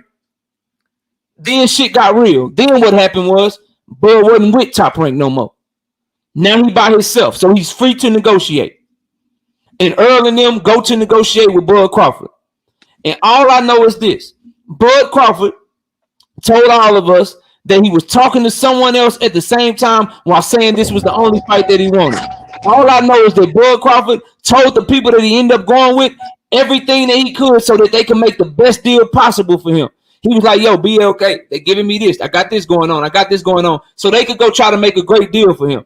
He didn't tell Earl and them that shit to try to make a deal with them. Like, hey, I got this shit over here. Y'all need to come with something because shit, I got this other shit going on over here. If you really try and do a deal, bro, if you really try and make a fight, you know damn well you're going to give them all the leverage they can to go try to make that fight. So you got that going on. Then you got Bud Crawford coming out of his own mouth, bro, telling you that I agreed to everything. He admitted, him and Earl went back and forth on Twitter, and he admitted to Earl, yeah, y'all agreed to everything I wanted. He admitted it to Earl that they agreed to everything he wanted. So they agreed to everything that you asked for. You said that you agreed to everything that they asked for, but you didn't sign the fight. Instead, what you did was with two, as simple as I can for you, Trey, with two goddamn offers on this plate. Bud Crawford had an offer right there. I can fight Earl Spence for all this money. I can fight him for my legacy. I can become the first man to be undisputed in 2 separate weight classes in the 4-belt era. I can fight Earl for all of that shit, my respect. These dudes ain't gonna have no choice but to give me my respect as a great fighter if I go in there and watch Earl. I could fight for that. Or I could fight a voluntary defense against a dude that already got his ass knocked out by somebody that I knocked out before. He chooses to go fight the dude that already got knocked out by Mean Machine instead of fighting Earl, and you want to say that he ain't ducking, bro. What are you talking? What do y'all be talking about to me, bro? My fault, shit. Now you good, bro. So rebuttal that, bro. Tell me why we shouldn't be calling this man a duck today. Again, you talking to somebody 5 months ago. I'm not gonna. You talking to somebody 5 months ago that was like, "Yo, Bud wants to fight. Bud won't smoke. Bud is all about it." It ain't unreasonable for me to think, just like you said, if a man with no land, that the shark not gonna try to eat the guppy. If the man don't got no land, if he out there by himself, it's not unreasonable to think. What? It's not unreasonable. Let him go. Let him go, JD. Let him go. Let him talk. Yeah, I'm gonna let him go. I'm gonna mute. No, let him go. Go on mute. It's me and him right now. Then when we get done, everybody else can chime in. But I just want to let y'all up. I didn't want to keep y'all in the background. But we gotta let him get his shit out, man. Go ahead. It ain't unreasonable to think that they gonna try to take advantage of the man. So if it's bullshit in the game, I can see that shit, bro. Like, I'm not gonna think that PBC just said, "Oh, we gonna play fair." It was automatically a fucked up deal to try to give Earl Spence or Terence Crawford no guarantee. That's fucked up, bro. That's the bigger point we should be over here arguing about, not about all this other stuff. Be like, damn, bro, we always getting the short end of the stick. When they fight, everybody else fight, we ain't hearing about no guarantee. Niggas getting 30, 40 mil, 100 mil, all these crazy numbers. But we sitting here. You know they offer Bud 2 guarantees and he ain't want it. You know they offer him guaranteed money though, bro. That point number one. And point number 2, all this you can't make it an issue for Bud when he said he agreed to it. I thought we just wanted to fight. We can't come up here and say, well, maybe it's this in the game, maybe it's that in the game. If they treated him so bad, Trey, we wouldn't be talking about going back to try to negotiate with him, bro. If somebody ran off on you like that and did you dirty, I see you got the good on you right now. If somebody told you right now, hey, bro, I got this QP for you, but I'm charging $400 for it. Nigga, you ain't going back to them, bro, if they trying to get off on you like that. You're not going back to him, bro. So if what you were saying was true, he wouldn't even want to entertain their ass no more, bro. And he wouldn't have said he agreed to everything. Everything that you were telling me, bro, he not saying that shit himself. You just talking for him, bro. I'm not talking for nobody, bro, but I just ain't gonna let no nigga leave me neither. See, you want me to take it how you giving it, bro. Gee, like, see, I got my own brain, bro. I feel what you saying, but that ain't just 100%. Like, nigga, I'm just gonna bet my last dollar, say you just went how you went. Like, shit, I can see both sides of the street. So, shit, I'm gonna sit there and be like, yeah, I feel you, but I feel that too. See, people be acting like it's hard to, like, shit, see, you know what I'm Bro, saying? I am not knocking you for your opinion of how you feel, bro, but everything I'm telling you is factual, though, Trey. Like, okay, let's do this, and then I'm gonna let the other brothers get on here. Trey, just for the people, one time, bro. Tell me what lie I told, bro. Bro, the Twitter thing. Just tell me, just as simple as I can, before I let the other brothers speak. Tell me what lie I told, bro. Bro, I don't know what's a lie and what's the truth, because I'm not in I'm not in the back room. But I just said the Twitter thing. I just seen a whole nother page that don't even say that shit. So how can you say this is the real one? Like, I mean, come on, bro. Like, this is it. I don't know, bro. I don't get swayed that easily. Like I say, both of them niggas nice, but shit, they just people just want to go off of shit that ain't really fact. Like we really know what the fuck going on in the argument between the two sides. We just want to pick like, nah, this is fact. No, I know. I know Bud was talking. I know Bud was talking to them at the same time and didn't tell PBC anything, but told them. I know that Earl told them we agreed to everything that you asked for. What are you talking about? And Bud agreed that they agreed to everything that he asked for. I know that Bud claimed to have agreed to everything, but not signing nothing. Like, this ain't me being in the negotiation room. These are things that we all know. I know Bud claimed that Al Heyman and them was negotiating with a lawyer that he didn't even know, bro. He said they was negotiating with somebody that I didn't even know. And you want me to believe that shit, bro? That Al Heyman was stupid enough. The dude that made the Michael Jackson goddamn tours, the dude that made all them big ass fights for Floyd Mayweather, he was dumb enough to go negotiate with somebody that Bud Crawford didn't even know. Like, bro, like he just be capping and shit, bro. Bro, I mean, shit, that's it. Like I said, apples to oranges. Everybody hustle different. That ain't apples to oranges, bro. Them is facts, bro. Bro, all right, check me out, G. Everybody, both sides of the street do business obviously different. So if this your first time doing business, nigga, this might look funny, this might not look funny. So shit, you gonna be a little suspicious until you. I mean, come on, bro. Like, just like I say, if anybody point fingers either way, bro, it just bro. If you point fingers at Crawford, bro, it's a lot, Trey. It's a lot of shit. Like, you want to read bro, into that shit? I lie, bro. I'm not reading into nothing. Tell me where I'm lying. Correct me where I'm wrong at. You just talked about the undercard. You just talked about a whole bunch of shit that don't got nothing to do with the fighter. You talking about this wasn't a success. The undercard, the pay-per-view is the card of a whole. That's the topic of the show, Trey. This ain't no. The pay-per-view is success, bro. You just told me you don't want me to believe it's a success because you said they put it on YouTube. Do you know why that's important, Trey? If that's what you want to believe, everybody hustle different. And no, Trey, like I really do business, Trey. Like, if something is a success, if I charge you for a product and the product is selling success, Trey, if I charge you for a product, bro, and the product is selling successfully, I will have no want to, nor will I have any need to give it away for free, Trey. Like, do you understand? Like, bro, if I'm selling something successfully and it's doing good, that started they shit off by giving something away for free to build. But that's not what BLK did. They were charging for it at first, bro. They're charging for it at first, and then they give it away for free, bro. Bro, you don't know what they business plan is. Like, to act like we do. That's when the shit become unreasonable. If you just, I know failure when I see it, Trey. Sound more real if we just be like, bro, Earl Spence got too much pressure for Bud Crawford. But we talking about everything else. We talking about BLK. We talking about putting the shit on YouTube. Just talking about how them niggas fight. Then I could be like, yeah, I feel what you're saying. But shit, whenever these two niggas come up, we be talking about everything but the fight, bro. Niggas just want to see them niggas. We can't talk about the fight because Bud won't fight him, bro. Bro, it ain't no. Like, what are you like? We can't talk about the fight. Why would we talk about the fight when he clearly ducking, bro? Did you not just tell me 5 minutes ago that it was a better business move for them to wait for the fight? No, I said it was a better business move for them to fight in-house fights, as it is for every promoter. And that neither one of them was fucking each other. Come on, bro. Like shit, like, am I the only one that see that? Like shit, nigga, it's business to the shit. So it ain't like nobody does.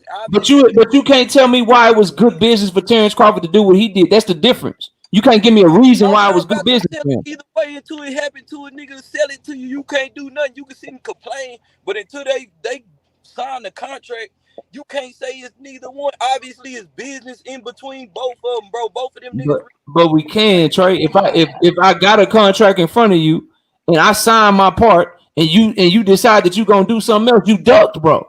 So it's no way that something in the contract made you second think. You could say you want to do something all day, you slept on it, then the next morning you be like, damn, I really ain't feeling that shit. You ain't never been in no situation where, come on, bro. Yeah. But you know what I also did? I didn't agree to shit if I didn't feel it. So if he felt how you felt, why is he claiming that he agreed to everything? That's where you lose me, bro. He claiming he agreed to everything and still saying he want to go back and negotiate with him. So how can I? What do you want me to do about that? Didn't they say he got 2 lawyers? So the first lawyer could have tell you one thing, but you go get a second checkup, you go get a second opinion, you go get a second whatever it is, and you was like, okay, now both of they like, I mean. Trey, when he announced the Avanesyan fight, so when he had finally made the final decision, I'm pulling away from the table. I'm going to fight Avanesyan. This is what I'm doing. This is the fight announcement I made. In that fight announcement, he said, I agreed to all of their terms. I agreed to everything. So that was the very last thing he said about that, bro. So how can you agree to if what you're saying is true? If he saw something in the contract, I saw this, I saw that. Why didn't he just say that, bro? Why did he say he agreed to everything, bro? Gotta say that shit. Like, what the fuck? Like, nigga, if it's what you mean, bro? What are you talking about, bro? Man, I got a question, man. I ain't about to argue with people who go to you. I mean, shit. I ain't got to. I mean, hey Trey, I got a question for you, bro. Nah, bro. Hold on, Jay. Hold on, Jay. Trey, go ahead and get. I gotta let these brothers get in and cook too, bro. What else you got, bro? I ain't got nothing else. Trey, I'm you know what, Trey? I'm gonna rinse you up, bro. I'm gonna make sure you don't get blocked no more. Maybe you'll agree on another topic, but this topic right here, bro. We ain't gonna never agree on everything you do. If people agree with everything you say, bro, them the type of people. I don't want that, but I just want people to agree with the facts, Trey. You can't. It's opinions, bro. We don't know what a fact is. Okay, bro. Tell me where my logic is off, Trey. Help me out. I got you, AD. I'm gonna let you up. In school where they tell one person something, they tell the next person. By the time it get back to you, it's a whole different story. Ain't nobody hearing firsthand what's going on. So to pick sides on this shit, it's just like, come on. I'm not picking sides. I'm picking facts, Trey. Tell me where my logic. Like I want to be educated, bro. Tell me where my logic fucked up, bro. Mm-hmm. Bro, I already told you, bro. Shit, all the extra when we speculating, bro. Can't nobody speculate what's going on. All we can say is we want to see the fight. Nobody know what. Bro.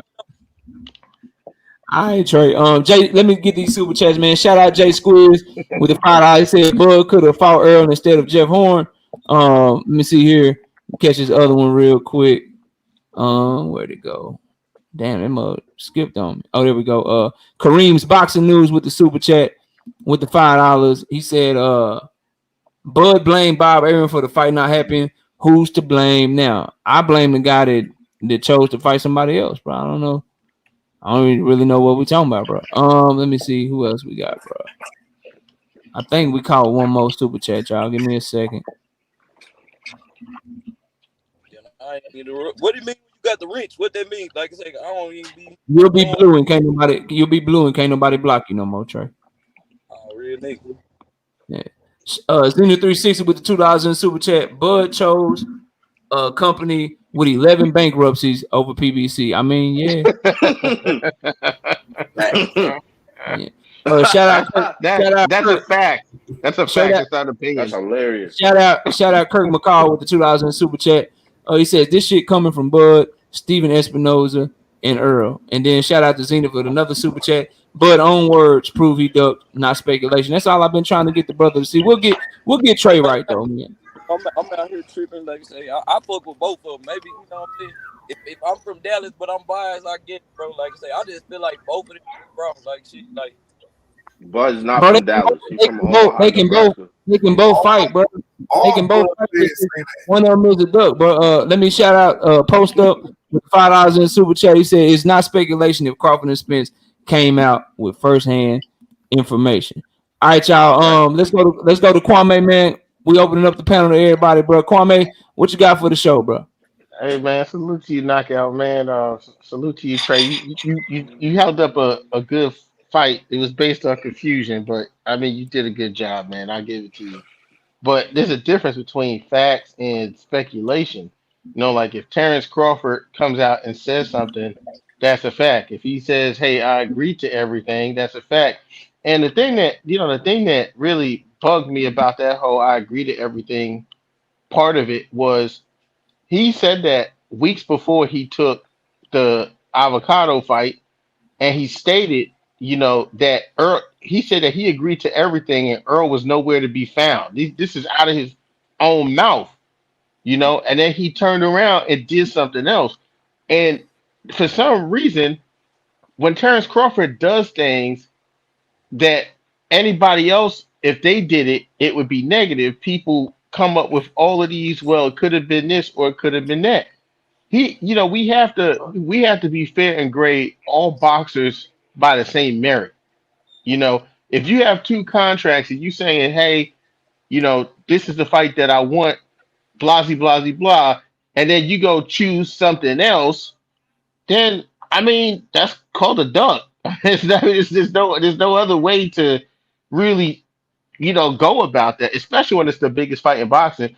And then also you made a good point, knockout, about BLK Prime putting the fight on YouTube two days later. I mean that's major. But everyone knows that when a pay-per-view fight comes out, normally there's a free replay within the next week. If there's a fight comes on Saturday, the following Saturday you might get a replay on that network station, that's not pay-per-view. But everything, it's like this. If you go to court and there's overwhelming evidence, but let's just say nobody was there, but all the evidence is pointing towards something, normally you're going to get convicted, you know what I'm saying, off that theory. And if you got BLK Prime, who came out today, I mean, this is telling. They came out today and are basically admitting that they haven't even paid fighters and vendors yet. That's not a success. That's not a success. And what we have to stop doing as boxing fans sometimes is just defaulting to, oh, well, let's just talk about the fight. No, as content creators, like, a lot of guys that I'm friends with, like you, Knockout, your subject matter on this actual show wasn't a success. It has nothing to do with them fighting. Your subject matter was the event a success? And based on everything that we've seen thus far, from an event standpoint, it doesn't look like a success. I even have posts of people stating that BLK Prime gave out mass amount of tickets for free to people in Omaha. Free tickets. I don't know if that's true though, bro. I don't know nothing about that shit. Most of the tickets from BLK Prime was bought by brokers and was put on OfferUp. It was put on Groupon. I mean, we've seen it. That's a fact. A lot of those tickets, they were competing with a lot of different things. I think Ashanti and Ja Rule had a concert out there that was sold out. We even had a guy who came on, I think it was Boxing Ego or Champ Side, who said they from Omaha, but they had already bought their tickets for that, and they went to that. So I mean, it's just tough, man. I can't say that this was a successful event. I have to agree with you on that. That's a subjective question to ask. What's the success? You might not be a success to the people that's trying to start off, nigga, with any business or whatever you're trying to do. That mother not gonna jump off right out the gate. You might have to take a Trey. Successful companies make money, Trey. Successful companies, they make money when they put something on. Or that's like saying that money. Let me just say this, Knockout. That's like saying was success for Terence Crawford's record. Yeah, he knocked that dude out, beat his ass. I mean, if you want to say it was successful for him because he won the fight, yeah, but we're talking about the event. From BLK. a business, the object of a business is to make profit and to make revenue. And it's not a success if you can't pay the people that you employed. We can't call something a So success how many if fights have if y'all promoted to I'm call just it? saying, real We quick, Shay, can't we I'm can't just let saying. Trey you know what I'm saying? Yeah, We no, can't I let you I, debate with everybody, bro. Let me get it. I, Let me get it around. Go ahead, Quan. Finish up, and I gotta get to the let other me just brother. get this out. Go ahead.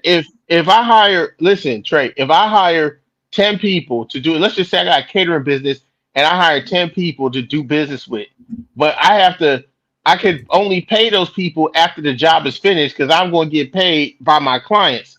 If I don't have enough money to pay the 10 people that I hired after the event is done and I get paid, I can't call that a success.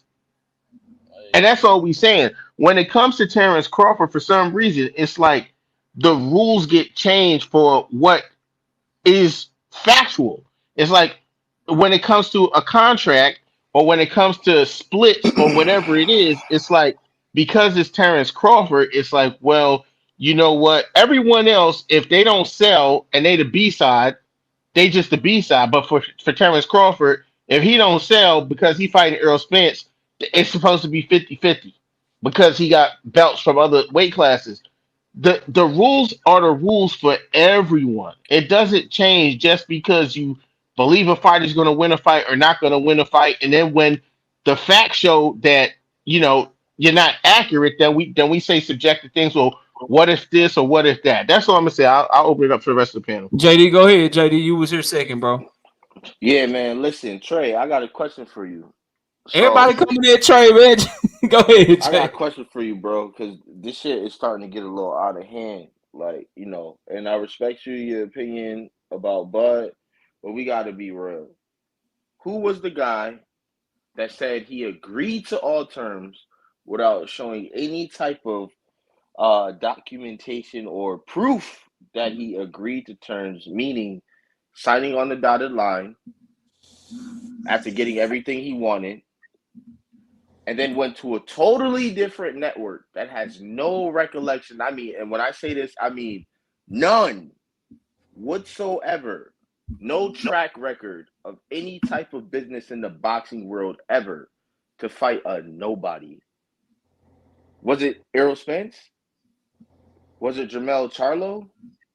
Because these are the two guys that are in two, I would say, of the deepest divisions in boxing that have never, ever, ever had to use Bud Crawford's name as subject matter to make themselves relevant. I mean, when you say comparing apples to oranges, them niggas at PBC are the cream of the crop. And it's clear. I mean, every single big boxing fight, when have we ever seen a PBC card flop as of recent within the past 6 years? Like BLK Prime did. Them niggas not even paying people. I would be livid if I beat somebody up on a new app to not make no money. I don't get paid for overtime, but I want my money. But the question still remains. Who was the guy that told us I'm the best in the world and I want to be undisputed? But I didn't fight the guy that would make me undisputed. Not once, but twice.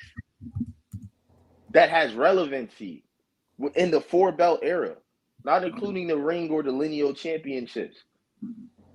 So, I mean, if we talking apples to oranges, bro, like when you say it's hard you don't understand why it's so hard, that's the part I can't understand. Because if we talking about business, I'm very business inclined. So we talking about business, that's, it's negotiated in bad faith. There's no way that Crawford, there's no way to say that. Real quick, bro. Real quick for everybody. I'm looking it up right now because I heard Trey say it and I just saw it in the chat. I do see two different Twitter accounts for BLK Prime. So one of them has that shit about the money, they paying the money, you know what I'm saying, when everybody get their money and shit. Then the other one don't have that. So I don't know if that shit real. So I want to say that and I want to retract that and make sure that everybody knows that they do got two Twitter accounts. They look exactly the same. They look fucking identical damn near. One of them started in February. One of them started about a month ago, like Trey said. So I do want to say that, because I'm looking at the shit right now. That's what I've been typing in while everybody was talking.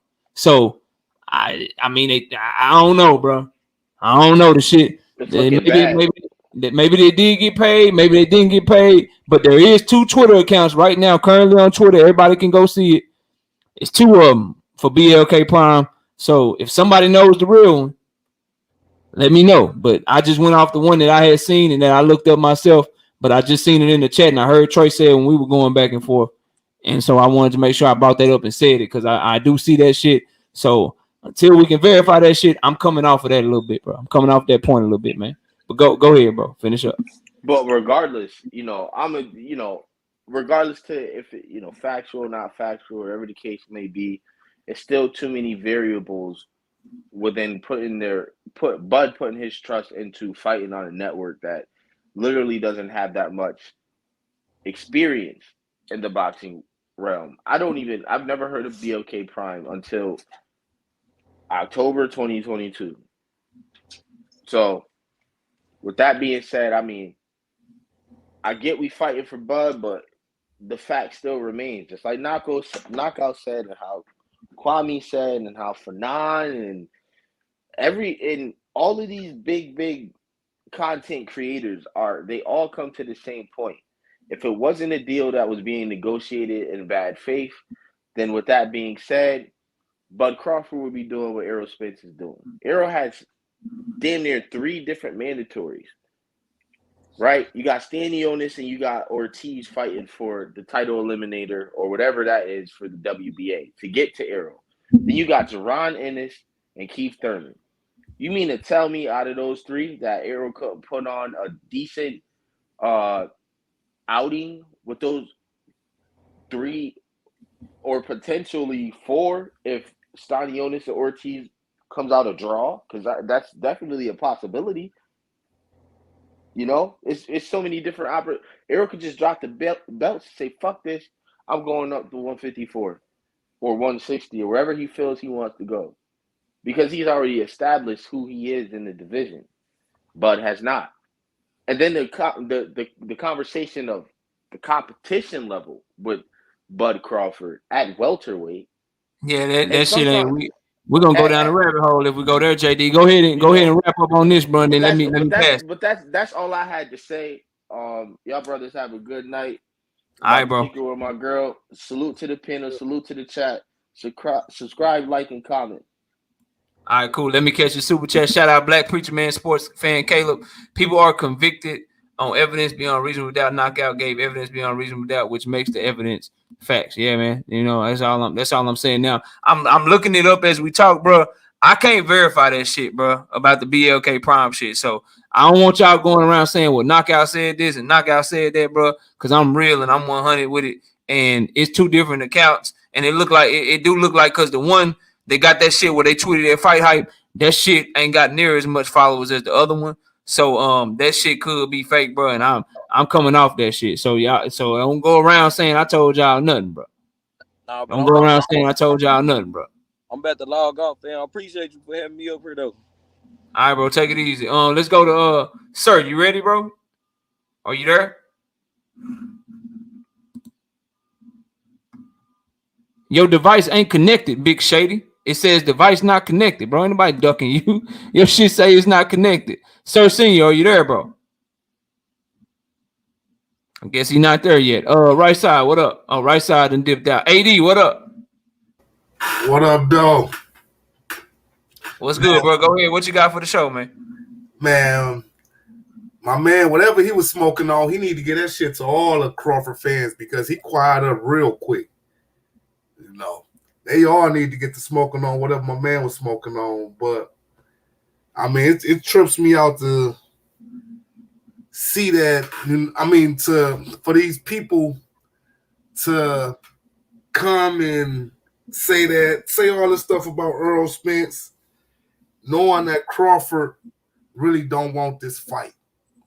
It's one thing if he wanted it. He could have had the fight. But to me, it seemed like he just don't want it.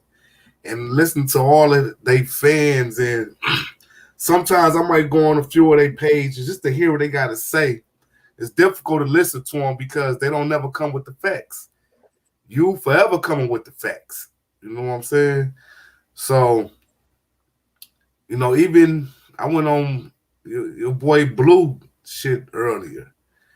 I mean, it's mind-boggling how crazy, you know, they even got Blue blood sounding. He even sounded crazy, man. He don't sound crazy to me.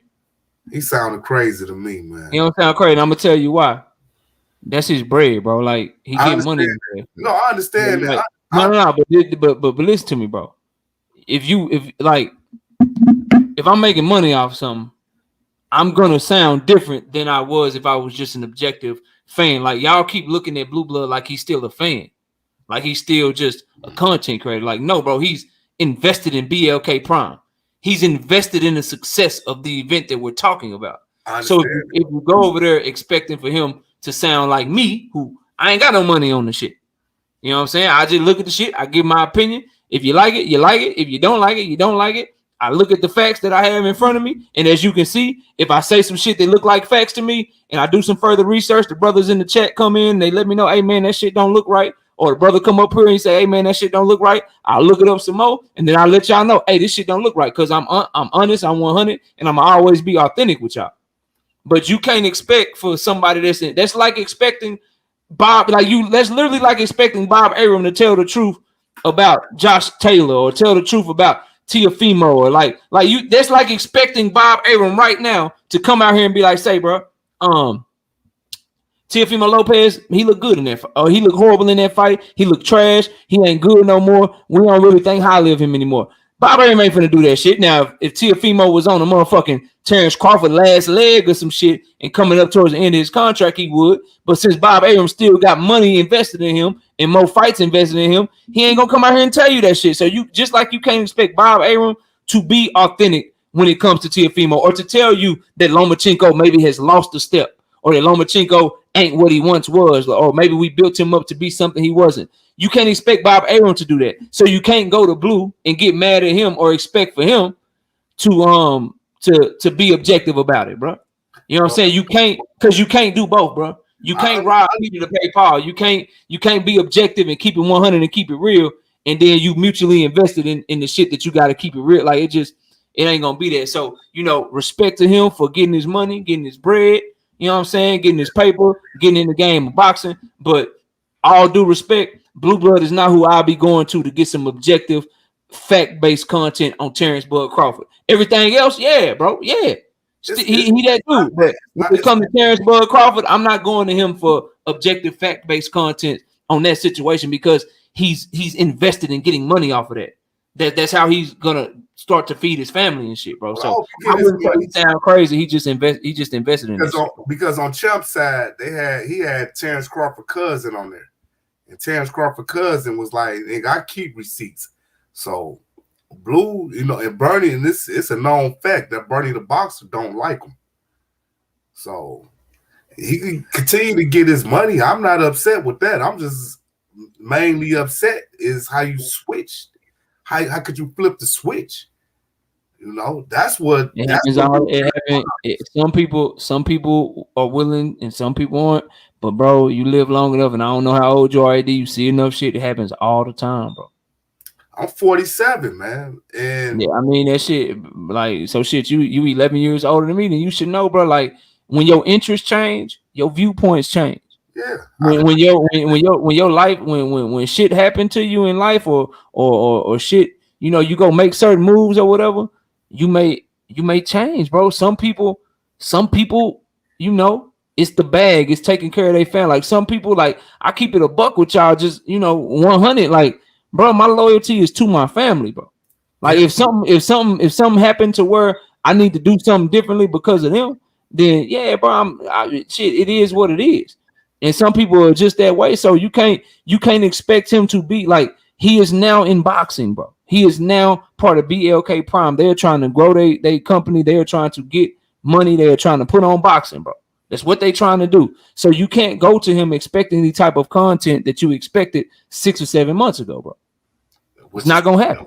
Which is sad. Which is to me, it's sad because I rock with Blue Blood, and you know it was easy You for still him. rocking with him. Rocking with him don't mean you got to agree with him all the time, bro. You can still rock with him and disagree. But it's the way that he's coming off now. You know, he's coming off really going at Spence fans. You know, he is second away of being a Bernie the Boxer. I wouldn't go that far, but I mean, he's in the camp, bro. He's literally is partners in the company that just put on Terence Crawford's event. Of course, like and it's 2 days after the fight. Like, what do we expect, bro? Now all the extra shit, like, I ain't with that, but bro, I don't expect Blue Blood to be who he was because his circumstances have changed, bro. I mean, it's a lot of these cats out here that's just be spitting just straight false narrative. I got you, bro. Let me go to Rick. Rick, what up? What's good, KO? Good work, man. Shout out to everybody on the panel. It's just Shout out to you too, bro. What's good, man? You've been laying down fire and gems all day. That's all you've been laying down all day, bro. Go ahead. Right. And my apologies, fellas on the panel. It's just I got another panel to do, so I just wanted to shoot this out. How many of y'all ever went to purchase a car? Shit, plenty. Me, plenty of times. Right. Now, let's say you went to one dealership and then you went to another. Right. And you go to one dealership and they give you a price. You're not so happy with it. Right. But it's the car you really want. Now, you telling them, hey, I'm only working with y'all. This car got all the features I really need. Right. I'm going to buy with y'all. Y'all sit down at the table. They run you the numbers. Right. You say, I agree to everything. It looks good. You know what I'm saying? You know what? Tomorrow I'll be back. But then you go to the other dealership and you tell them everything the other dealership offered you. Yeah, they said they was going to throw in flow mats and I don't have to pay they're going to do the gap insurance for me, right? They're going to fill it up with gas, right? I'm going to be able to get the 22-inch chrome rims. Those just had the 20. Now, while you sitting over there and you doing business with this other car dealership, because you said you was going to get this car, the car dealership is sitting there letting other buyers pass them by. Because you coming back tomorrow. Did you duck out on the first dealership?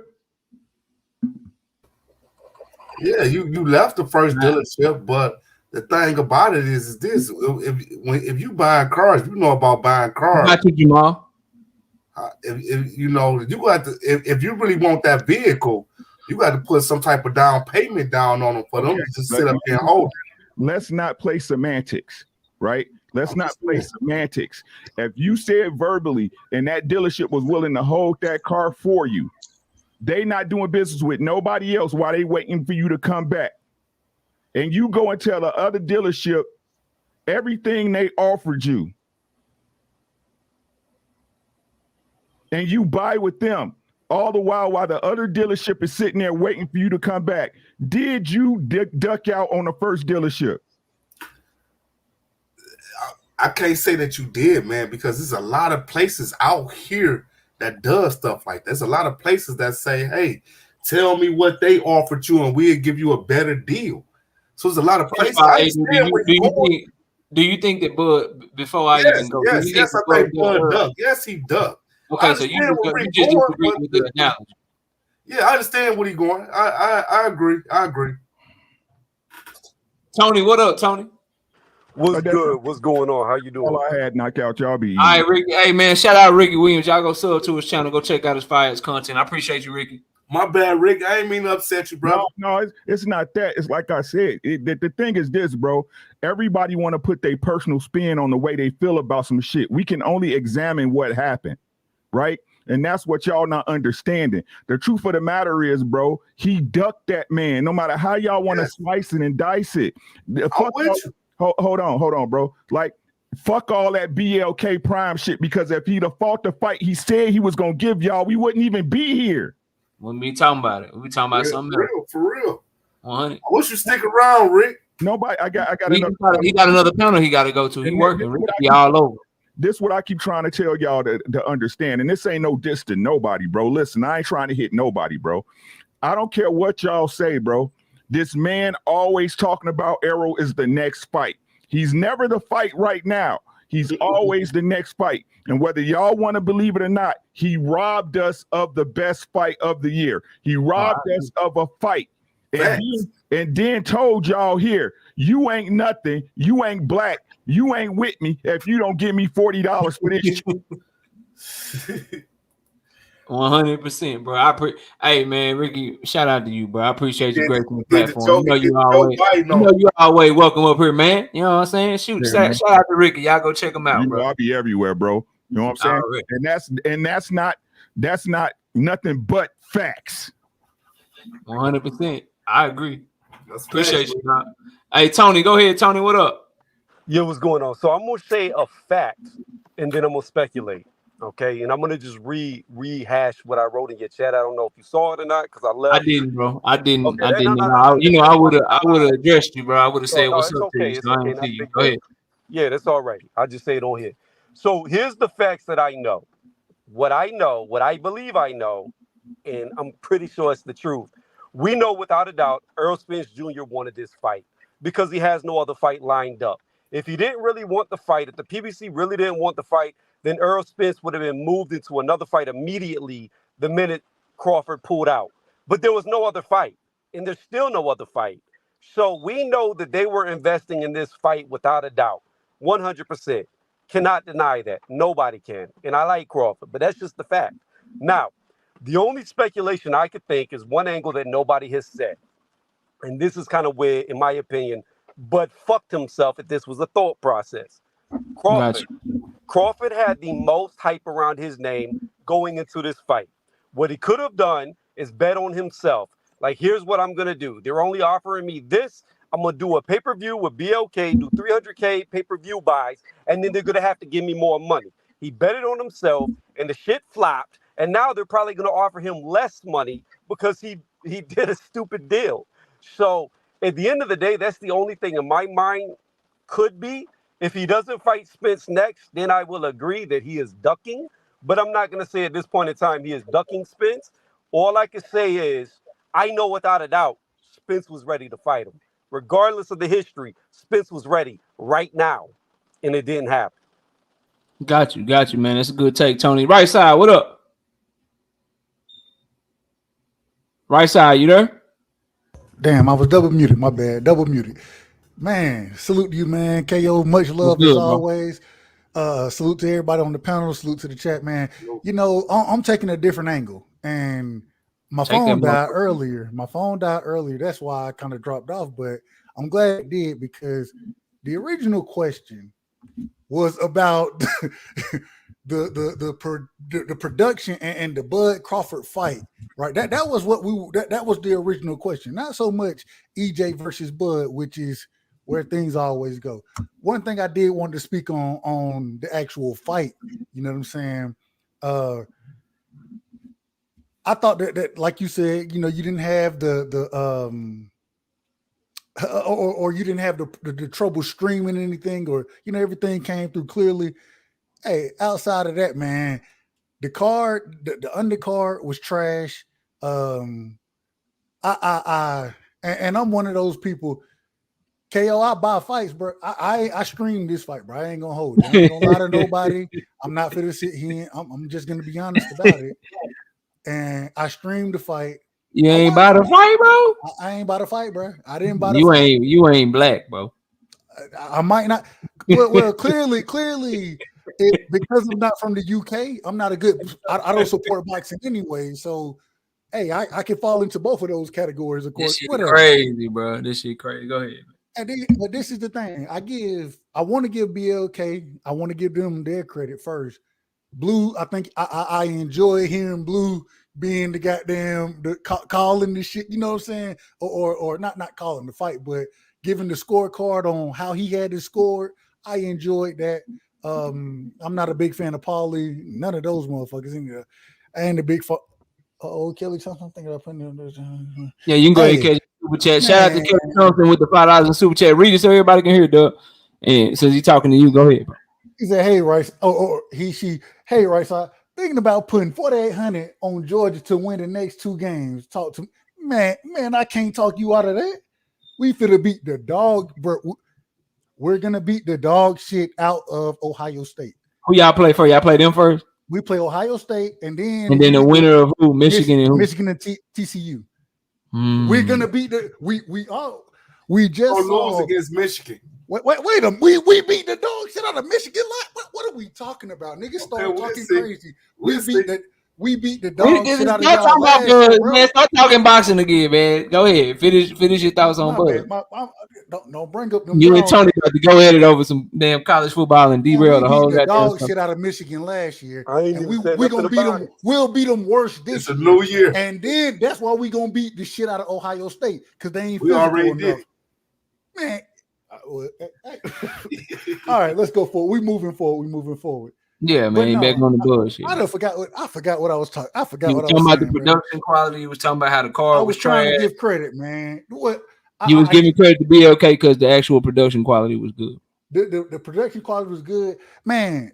But the undercard, the fights on the undercard were absolutely horrible. They were horrible, man. And especially when to put this fight on. Let me answer this question real quick.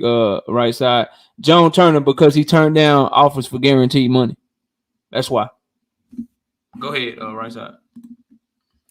No, I'm just saying, man. At the end of the day, I'm watching. I want to try to watch some of that. Man, I ain't watching those undercards, especially when you put a fight on of this magnitude with a fighter, the number 1 pound for. KO, you know where I got Bud. You know where I got him. Yeah, I don't know why, but yeah. Not mad at it. Not mad at it. Dub. There's no way this was good for Crawford at all. There's no. It made him seem smaller. It made him seem smaller than what he is. No, Tony. You know what I mean? Like it's Bud Crawford, and before him, you got a 4-round. You know what I'm saying? A 4-round fight. There's somebody American debut before that. You got two bum bashings and shit. Like this Bud Crawford, bro. Like what? He at home. He at Omaha. Like he supposed to turn up and shit, bro. Like but knockout. It doesn't matter because at the end of the day, you could put shit cards underneath Spence and it's still gonna sell. See, this was really a gauge of how much Terence Crawford could do on his own, and we saw it's not really much, which I've said all along because he's boring as fuck to listen to. Like he'll put you to sleep when he talks. He fights great. But he talks horrible. He's boring. He's not entertaining at all, so he can't sell. Now, here's the thing. To me, it was bad for BLK. They lost money, more than likely, a whole shit ton of it. It was bad for Crawford because even though Crawford got the win, he showed that he can't sell, which, like I said earlier, means he's probably not going to get offered as much money in the Spence fight now. I don't know. Am I frozen? Are y'all frozen? Y'all still there? Can y'all hear me? Yeah, we hear you talking that foolishness.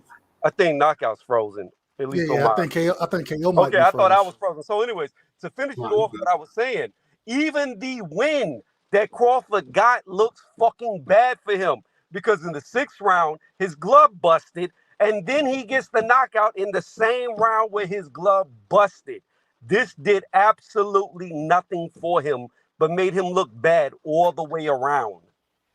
Hopefully, so him David making 10 million made him look bad. Hopefully, David Avanesyan sue his ass, man.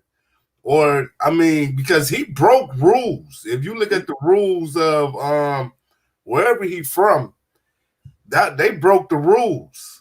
But Bud didn't. Hold on, wait a minute. Bud didn't break the commissioner. The commission broke the rules. Well, the commissioner broke the rules. All right, I'm back, y'all. My bad. What commissioner broke what rules? It wasn't rules that he broke. So it's a judgment call.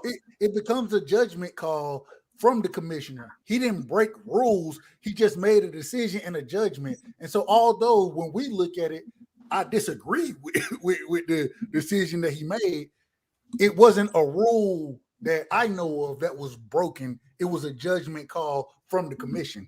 You watch Monty, manager Monty, right side. Are you talking about another YouTuber? I asked you, bro. You said he broke rules and dude should sue him. Okay, I'm just happy you on the panel, I'm saying you just saying stuff out of nowhere.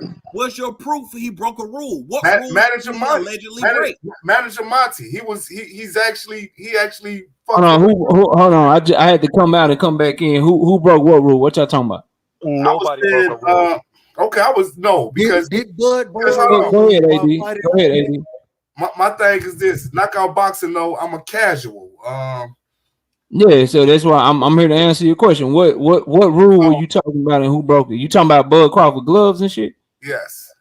Nah, he ain't break no rule. That's on the commission, bro. That's on the commission and the sanctioning body. The fight was sanctioned by the WBO and the Omaha, Nebraska commission, whoever the commission was. It's on them. When they inspected his gloves, they approved the gloves. And every fighter has a backup pair of gloves, right? They all got a backup pair that they come to the fight with. And when they saw that his gloves were damaged, and they saw that they had whatever they had going on with them, that commissioner or that commission representative, that sanctioned body representative, they look over his shit and they say, yeah, keep going, or no, we got to pause the fight and let him change his gloves. They chose to do that shit. So did they break their own rules? Probably, because they probably, like, if you go through their shit with a fine-tooth comb and them gloves look that bad, maybe they were supposed to change the gloves. But at the end of the day, we can't put that on Bud Crawford. That ain't his fault. No, it's not his fault. But Everlasting, the glove company, said that they gave Crawford 2 pair of gloves. They say they knew that the leather was defective. So well, they ruled it after the fact, not before the fight. They did that. They did that shit after, bro. But here's the other thing, AD, that you got to think about. While he did have a backup pad, and while hindsight is 2020, the thing about it is, in my recollection, I cannot think of any fight after the fight has started I have ever seen them pause the fight because of a glove malfunction, because that stops the entire fight. So it took a long time to get them gloves off, get them back on, wrap them properly and shit. Minutes. Okay. But here's the thing: at the end of the casual, day, man. Yeah, no, that's fine. But at the end of the day, Bud did nothing wrong. His gloves malfunctioned, but because his gloves malfunction, it takes away from the win. And the fact that he got the knockout in the same round that the gloves busted makes it look even worse. Bad. Yeah, if they wanted, they should have. And I know, like, people get mad. So think of it as like NFL football and the replay and shit. People get mad when them hoes take long and you gotta wait for the fucking decision, all that shit. But the main thing is to do what? For them to just get the right fucking call. So, and in that situation, with them trying to keep the fight going, you know what I'm saying, trying to keep it thing, in my opinion, they made the wrong call. As a fight fan, I would have much more preferred them go ahead and just change his gloves, give him the backup pair, and then just let them continue. You know what I'm saying? Do I think they had an outcome on the fight? I mean, if you really was watching the fight, Bud was winning every round and looked like he was on his way to stopping them anyway. As they got closer, he started catching them with uppercuts and shit like that on the inside, and he was doing good body work. So he was winning the fight anyway. Yeah, but you know, people, if you're looking for something to criticize them for, people are gonna take that because it's low hanging fruit. I just choose not to do that because I'm a fair person, bro. Like, I ain't gonna put that shit on him. That's on the commission. That's their fault. That's like putting that's like when the commission decided to allow, and the sanctioning body allowed Oscar Valdez to fight fucking dirty. And they allowed him to go in the ring, knowing that he had cheated, knowing that he had this situation with the PEDs and all that shit. That's like getting mad at Top Rank because they still put on the event. Hell no, they gonna put on the event. They trying to make their money. And if the sanctioning body said that they can fight, then shit, I'm trying to get this bread. We already paid site fees and all this shit. We already sold these tickets and shit. If they say the fighters a go, then it's a goddamn go. Well, shit, in this case, the commission and the sanctioning body said, yeah, but them gloves good. Go ahead and fight. That ain't on Bud. That's on them. They fucked up. But I want to get let me catch a super chat. Then I want to let Sir Senior cook if he's ready to cook. Zenith with the $2 says Bud never had a one punch KO until them gloves busted. Hey man, see, that's why they should have just changed the gloves so people wouldn't have, you know what I'm saying? People wouldn't have that type of shit to say. I'm choosing not to do it though, Zenith. I ain't mad at you for doing it, but I ain't gonna do him like that because he, you know what I'm saying, he ain't gave me no reason to put that on him. You know what I mean? Now, if you want to say it made him more powerful or whatever you want to argue, that's on y'all. I'm gonna say that he was on his way to beating his ass anyway. Sir, go ahead, bro. What you got, man? Because you was disagreeing a lot with what I said, bro. Go ahead and talk your shit, man. Yeah. First thing I want to say, man, respect to you and the channel, man, in the chat. But so the thing with the gloves, that was at the thumb. It wasn't out, no part missing from the knuckle. It was from the thumb, both thumbs. It wasn't like he was eye gouging him with his thumb that gave him an advantage. So I don't know what people you talking about. They obviously didn't watch the fight. I agree with you on the right glove. On the right glove, it was his thumb. On the left glove, it was this shit right here, and he didn't hit David Avanesyan with either one of those parts of the glove. Go ahead. Yeah, so I don't know what they talking about. Like he hit him with the parts of the glove that was busted. So there's no way that could have helped him anyway for somebody he was already beating every round. That's not actually true. So again, it is very possible that nothing happened, but when the seams bust in the leather and you're throwing punches, the foam is no longer sealed tight and it can slide. So it's very possible that the foam could slide to the side and your knuckle could get through, whereas it was not before. I'm not saying that happened, but I'm saying it is a possibility. But it's feasible, which is why they should have changed it is glove. definitely when that leather pops open, that foam is free to move now.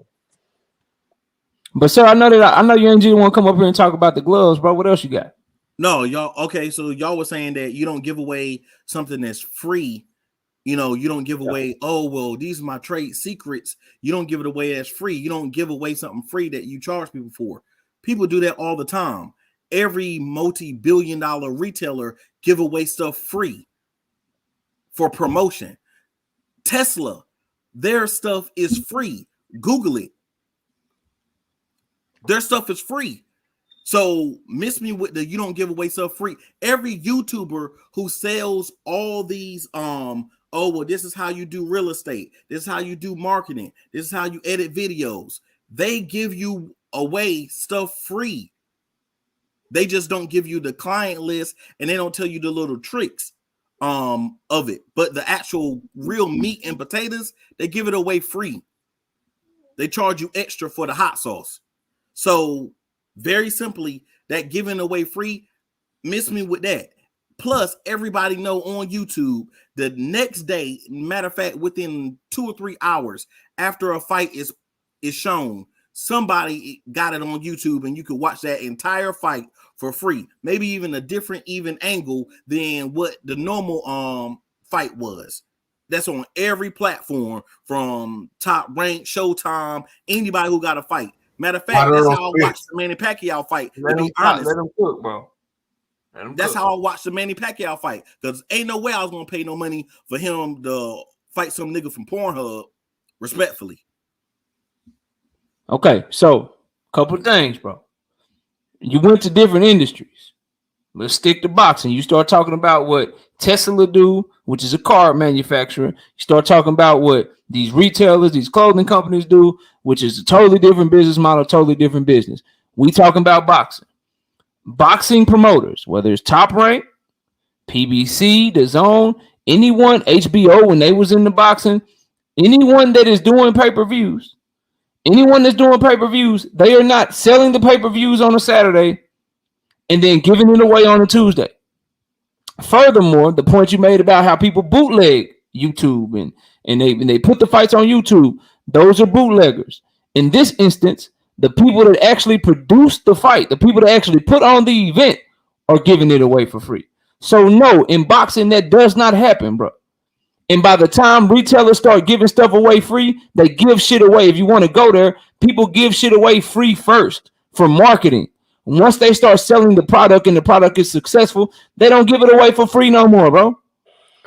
Well, I would say this. I don't know what. Hold on, bro. I don't know what when you're talking to me about. That doesn't matter. That does matter, bro. A perfect example. A lot of people that are, and I'm not saying you said this because I don't know, but I have heard a lot of people talk about how the Earl Spence versus Dinas Ugas pay-per-view. A lot of people have told me that fight was a failure, that it did not do good pay-per-view numbers. But I do know that fight is not scheduled to be shown on Showtime's YouTube channel for free until April 2023, which is a year after the fight first took place. But then I got another company in BLK that had a pay-per-view on Saturday and already posted to their website for free on Tuesday. You can't tell me that means nothing, bro. You can't tell me that means nothing. That means that they need some ad revenue, bro. That means that they need their YouTube channel to grow because shit ain't doing well. Ain't nobody telling you that shit did good and not telling you what those numbers were. You would be proud.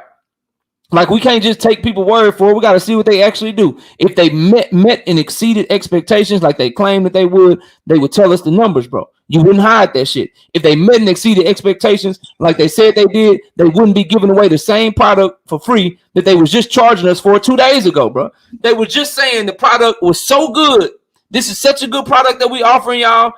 It's worth $40. Buy this shit. And then 2 days later, they like, yo, this product, this shit free. It ain't worth nothing no more. Bro, you can't make that shit make sense. Stop it, bro. Go ahead, Tom. Yeah, I'm just going to back up what you said real fast, and then I'm going to hop off. So here's the thing, and I don't know if it's true because you really don't know. I mean, I've seen YouTube videos report it, but I don't know how true it is. But if it is factual, if they gave away 10,000 tickets, the only reason why you would do that after selling them is because you did not sell them. So now what you're trying to do is mitigate your loss. Why would giving away tickets mitigate your loss? Because if you can get them in the arena, then you can try to sell them merchandise. You can try to sell them concessions to try to make back what you're losing. You're not going to get it back because those tickets aren't sold, but you can try to mitigate your losses. So if something's successful, it'll sell out. There's no need to give it away. If you're having to give it away and then mitigate your losses, it's already a loss. But on that note, when KFC made baked chicken, all right, Tony, they gave it away free. When Popeyes made their chicken sandwich, they gave it away free. Nike gives away shoes free. They even sell their bootlegs and call them off-whites. So what are you talking about? Where? They overcharge you for their bootlegs, but they also give Nike shoes away free. They give them away discounted, 15, 50, 70, 80, 90% off. Giving people discounts is not the same as giving them shit free, sir. Family for stuff that's given away discounted and free and off. What's been given? What you talking about free? Discounted or free? It's two different things. I'm telling you, from discounted all the way up to free. They give it away free. That's what I'm saying. I'm talking stuff I know. Man. I can send you the links of all of those things that you mentioned, though, are still things that they are able to sell at the same time in the digital space. And once you give away digital content for free, you can't go back and charge for it, bro. So these chicken sandwiches that you're talking about for Popeyes, they can do that shit, bro. They can do. Listen to me, bro. Listen to me, bro. I don't know what they do with porn, bro. What I'm telling you about the shit that you brought up. Listen to me, bro. Popeyes can do that because Popeyes is continuing to sell chicken, and then after they sell that shit, if people like the shit they gave away for free, they still can come back and eat it. You're talking about digital content, sir, senior. It's a completely different business, bro. When you're talking digital content, such as a boxing match, or such as music, or such as fucking a movie or something. That's why people hate piracy with those particular things, because you can't go do what Popeyes can do. You can't do what KFC can do. You can't give away some chicken for free and then people love it and then they go buy the shit because they want to eat it again. Digital content consumption is completely different, bro. When you're consuming digital content, once the person that was charging it for you gives it to you for free, then you have no interest in going back and trying to pay for it again. Once you give away digital content for free, it makes no sense in this space because now it's free forever.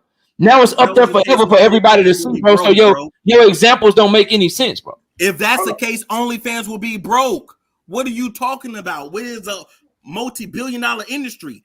Because there's a lot of naked women on OnlyFans that's because there's so many free sites, and those sites even have ways that you have to pay for it. The same thing for informational stuff. If you go on any one of bro, you pay for you in anything, and I'm pretty sure this is what happens, bro. You have to pay for extra content. You don't watch whatever. Let's say it's a fucking I don't know. Let's say it's fucking a basketball platform. Cause I don't want to talk about that. I got daughters and shit, bro. I don't like let's use other shit, bro. I don't want to talk about that. I got daughters and kids listening, so I don't want to make them type of analogies. I don't want to talk about that type of stuff on that platform. So let's change it to basketball. Let's change it to basketball content. If you get a certain amount of content free, how that subscription would work is we got this other content over here for you can keep watching this free shit. You can keep watching this free shit, or we can charge you for the plus package. And now we got this different type of basketball content for you, where now instead of just watching the 3-point contest, now you get to go watch the slam dunk contest too. But if you want to watch the slam dunks, it's going to cost you more money. In this case, you can't do that because it's only one fight. So again, your shit don't make no sense because it ain't like BLK Promise saying, yeah, we'll give you this Bud fight for free, but then we want to charge you for this. No, once you give away the Bud fight for free, bro, it's free forever. You don't get to go back and charge people for it, dog. So again, your analogy is not making sense, bro. It shows that the shit is failing. It shows that the shit didn't do good because you don't go from charging somebody something. That's the key that you're missing. They charged us for it on Saturday, bro. They said, Saturday, you want to watch this shit, $40. By Tuesday, the same shit that they was charging us for on Saturday, by Tuesday, they was giving us that shit for free. And knock out. Come on, bro. Let me add something else on to that because he's talking about free. Now, people who give away stuff for free are billionaires. And what I mean by that, so I live here in Detroit. So Detroit have a Chrysler Drive. Chrysler is a $1 billion company. My daughter was accepted to the Chrysler Drive. They got her a bike and a bunch of Christmas gifts. My oldest daughter went through the Chrysler Drive. He got the same thing. So they're the only people that's giving away stuff for free. I never in my lifetime seen no restaurant. I don't care if they first started off or not. Give nothing away for free. I had homeboys that I got my sister cook meals for people. She don't get none of that shit away for free. So I don't know where you going with the free stuff, especially the Tesla. My brother, sir, is trying to make it seem like it's not a bad thing that they gave away the fight free 2 days later. That's the point he's trying to make, AD. Go ahead, sir. I saw you come. When you put your name on, go ahead, bro. If you give it away for free or not, it's your content. Since you're saying digital content, is your content, and anybody who uses it, that's a copyright. I understand that. That's like giving away bad bud for free. What's up with it, Truth Speaks? What's good, bro? None. I was waiting for Cooking with Sir to send that Tesla link because I was looking. He said he got a link for it. Me too. I'm waiting for some of that. Yeah, I want one of those too. Hey, I want one of those too for free. Just Google it. Yeah, you got to do no real research. Do a simple Google search. Shout out.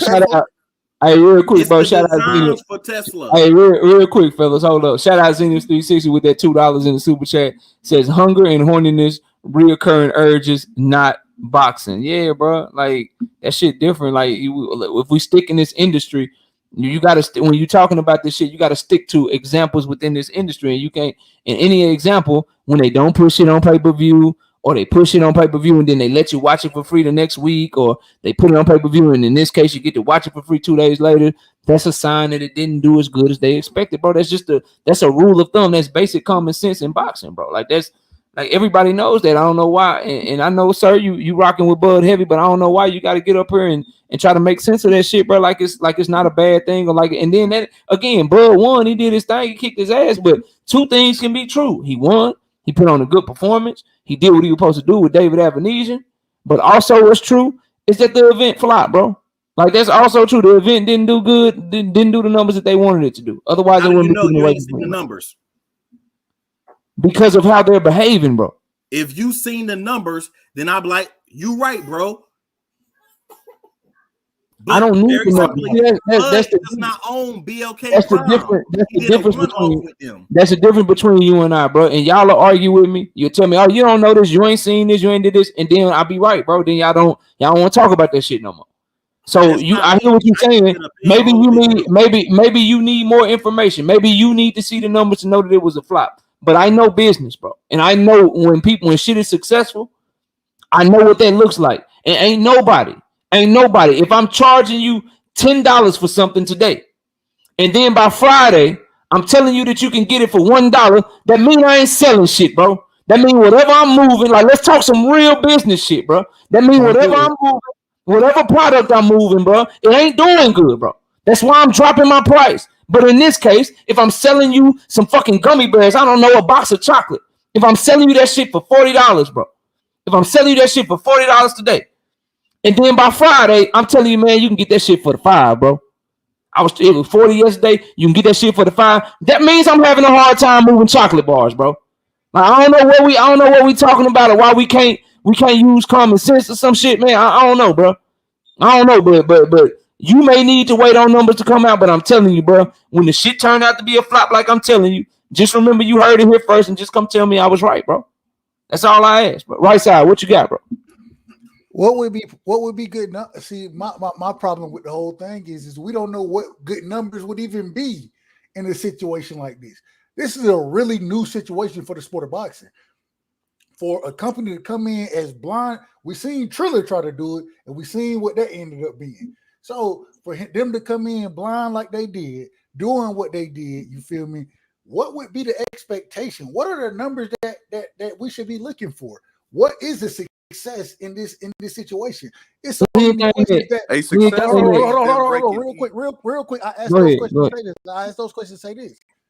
Regardless of what they may have thought, they can tell us anything because this is really unprecedented territory for the majority. And so you can't. Triller didn't just come out and say we putting shit on pay-per-view. We asking niggas to buy shit. They didn't do it that way. And so this is unprecedented. And so whatever they give us, they go say, well, this is what we was trying to do. But like Knockout said, if this what you was trying to do, then you would at least be like, hey, we got that fight for $12.99 now on BLK Prime. Over you could purchase shit on YouTube. You could purchase shit on YouTube. I'm just saying, man. I'm just saying. So I'm a bottom line guy, right? I don't know how everybody else think. To me, in any endeavor, success means you made money off of it. It means after all of your expenses are paid, after you pay for all the cost of the fighters, the cost of the site, the cost of marketing, whatever you got to pay for, after you pay for all that shit, you're able to turn a profit. That's a successful event, a successful business endeavor. That's what that shit means. Once I pay everybody, once I pay Bud, once I pay Avanesyan, Stone Cold Steven Nelson, Sean Porter Uncle, Jeremiah Milton, the Waffle House worker, Chris Cyborg, and Missy Elliott, all the fighters that fought on the card, once I pay all them, once I pay the vendors, once I pay everybody, how much money do I make after that? If I don't make no money, if I take a loss, then the shit was a failure. It was a flop. If I make money off of it, then the shit was a success. If I break even, then it was a wash. Very simple. And I'm going to show Sir Senior and everybody how real I am because I said this shit earlier, but I'm going to keep it a buck because I ain't got no reason to. It's not coming from maliciousness, bro. It's because I want to see the fight, and I keep it real all the way across the board. Tiger X Boxing Channel with the $2 in the super chat. BLK Prime hasn't paid any other fighters yet. I can't confirm that. I started the show trying to say that, but then after further research, I realized that might have been a fake account, and it's looking more and more like that was a fake BLK Prime account. So I'm not even standing on that square no more, Tiger X Boxing Channel. I think that's a fake fraudulent account that's saying that. That shit didn't come from the real BLK Prime. So I don't know whether they did or did not pay the fighters yet. So I came off of that early in the show, and I'm saying it again now because I'm not unfair, bro. And I'm not above reproaching. I'm not above making mistakes. But what you're not going to do is act. What y'all not going to do, my brothers like Sir Senior, y'all not going to sit up here and act like I don't make no sense, bro, and argue with me for the sake of trying to argue because you want to take up for Bud Crawford. You know, everything I just said about this shit makes sense, bro. You know it do. You just don't want to admit it, bro. Somebody else can go ahead, bro. I'm finna go ahead and let y'all thing, man, for a minute. Let me let Rondo up here. Anybody can chime in, bro. Okay. Real quick, I just wanted to say this. I heard Bootsy, but not goddamn Missy Elliott. I ain't hear Missy Elliott. KO, salute to you. I ain't heard Missy Elliott. I heard Bootsy. Hey, bro, that was you fighting, bro. And then the nigga with the vest and the king. They went in the Kango, the bowl. What they call them hats? Whatever the hat called. The uncle, man, get your man. Damn, it was some sorry fights on that. It was some sorry individuals on that card, respectfully, of course. I mean, that's the first card. What was any of the top people now card their very first time out? I don't know. You tell me. Shout out to. I'm sure they were probably failures too. And if we can confirm that they were failures, then they failed, bro. Like, what's wrong with saying some shit fail? Like, bro, if PBC's very first card, if they ain't make no money off that hoe, they failed, bro. I'm saying If Top Rank's very first card, they ain't make no money off that hoe, they failed. Before we say that they failed, that's all I'm saying. It's just wait for the numbers. They failed, they failed. But then the part where they say, again, bro, I'm not gonna tell you what to do. Like, I'm not telling you to believe me right now. I'm telling you my opinion, and I know I'm gonna be right. And you saying wait for the numbers. Nah, bro, you wait for the numbers if you want to. I got enough information. And if I'm wrong, guess what? I'll be like, damn, I was wrong about that shit. They did good. But I bet you you won't see the numbers, bro. Knock out. That's just like this metaverse. It's a lot of shit on here that's free. A lot of shit. But the shit that you gotta pay for, that shit is real shit. If I could play basketball on here for free, but it's some bullshit compared to the shit that you gotta buy. See what I'm saying? And look, I'm not even listen, and I'm gonna read this because Sir said he said, hold on, right side. Sir said he said this and we ain't hear him. He said Carl Horton says it was free for all. Lines were 3 blocks long. I had copied about 30 copies and was selling them at KFC. We go from store to store. My dog had his own 3-piece. Anybody remember that? Sweet. I don't know what you're talking about, Carl. You talking about the KFC shit? I think he's just trolling. Oprah, that I said earlier. Oh, okay. I mean, yeah, bro. It's again food. You can do that shit because they gonna come back if it's good, bro. They gonna come back and be like, yeah, that shit was good. I'm gonna buy that shit now. Now I can't get the shit free no more for a discount or whatever. This shit totally different. That's why again, bro. That shit it ain't making sense to me, bro. And then I'm gonna show y'all how real I am, bro. Like again, bro, it's shit. I'm fair. So my brother Big Money says compare BLK first card to GTD Promotions first card. I'm not even gonna do them like that. GTD got Showtime backing them. They got Al Heyman backing them. So I'm not even gonna do BLK like that, bro. I could shit on them, bro. I could make that comparison and just go all the way off, but I ain't even gonna do them like that. Okay, I'm not gonna do them like that. I'm gonna let them make it. Now, I just want to ask you one question, man, because like I said, I'm a catch. What's up? Could David Avanesyan, is there anything that he could do for the glove thing? Is anything? Could he sue? I think they already filed some shit. They filing for they filed for a no contest is what I seen. And by the that shit not gonna get granted. No. Sorry to jump in, but by the letter of the Nebraska Athletic Commission code, more than likely he's going to get that like easily, just because there was a failure on multiple levels from the commission, promotion, and obviously the competitor was given an unfair advantage in the eyes of the commission. Now we all knew Terence was going to do it, but more than likely David's going to get that no contest. So I mean, I bet he don't, bro, because that's a Nebraska commission. I bet he don't get that no contest. No, but I'm saying if he sues by their own handbook, it's kind of telling on him. Well, but I seen a lot of people. I seen a lot of people handbook like, bro, when it come to these commissions and these sanctioning bodies, bro, I wouldn't bet on it because literally, like, bro, until somebody can explain to me how the WBC could just say, man, forget our clean boxing program. Forget all the shit that we signed up that we said we were gonna stand for. We changing our rules so Oscar Valdez can fight. The WBA literally was like, yeah, bro, you know what, man? Them regular belts, them interim belts and shit, since y'all going crazy on us, them hoes don't even exist no more. We finna get rid of all them. Like, bro, they do what they want. So it's Bud Crawford, it's Omaha, Nebraska. Everybody know the fight that we want to see. They ain't finna take that knockout off that man. Shit, especially in no fight in Nebraska. If the fight had been in Vegas and it was their commission, then you know it is what it is. But the fact that shit was in Omaha, Nebraska, I doubt it, bro. But knockout, could he go at the Bud? Nah, he can't go after Bud. That ain't Bud's fault. All he can do is what they tell him. He went over there, he showed them the gloves. They looked at each other. They said fight continues, shit. So he kept going. So shit, that ain't his fault. Rondo, what up, bro? Whoa, what's up, Knockout? What's up, Pound? Chilling, bro. What you got for the show, man? Yeah, I just want to speak on I see the situation as Bud being a lose-lose situation, basically, because that's if well, it don't even matter if they really gave him the $10 million. If BLK Prime gave him the $10 million For them to break even just paying him alone, they would have to do 250,000 pay-per-view buys. This just the 10 million from him alone. So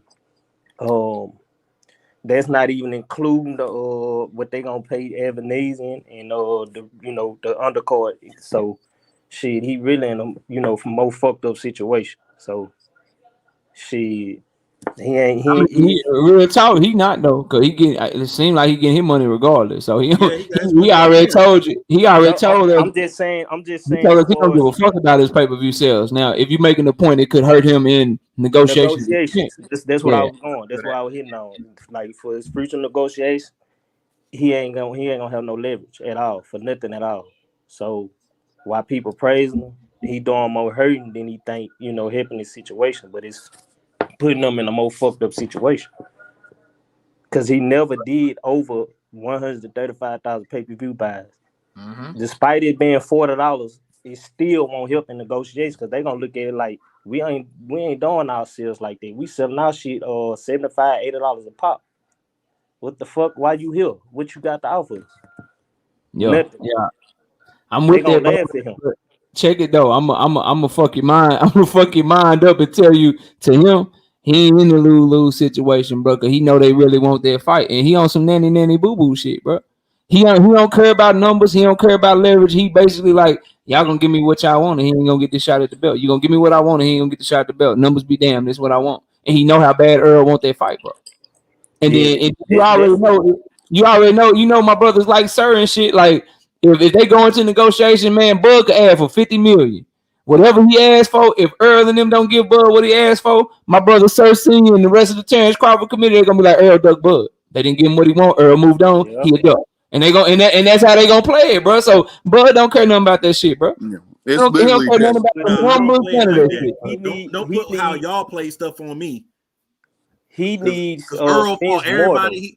Errol Spence fought whoever he wanted, and then now Bud fought one person without no scars and made a quick 10 mil. He ain't get. We don't know if he made 10 million. He ain't Man, did 10. you ask anybody else? Did they make their money?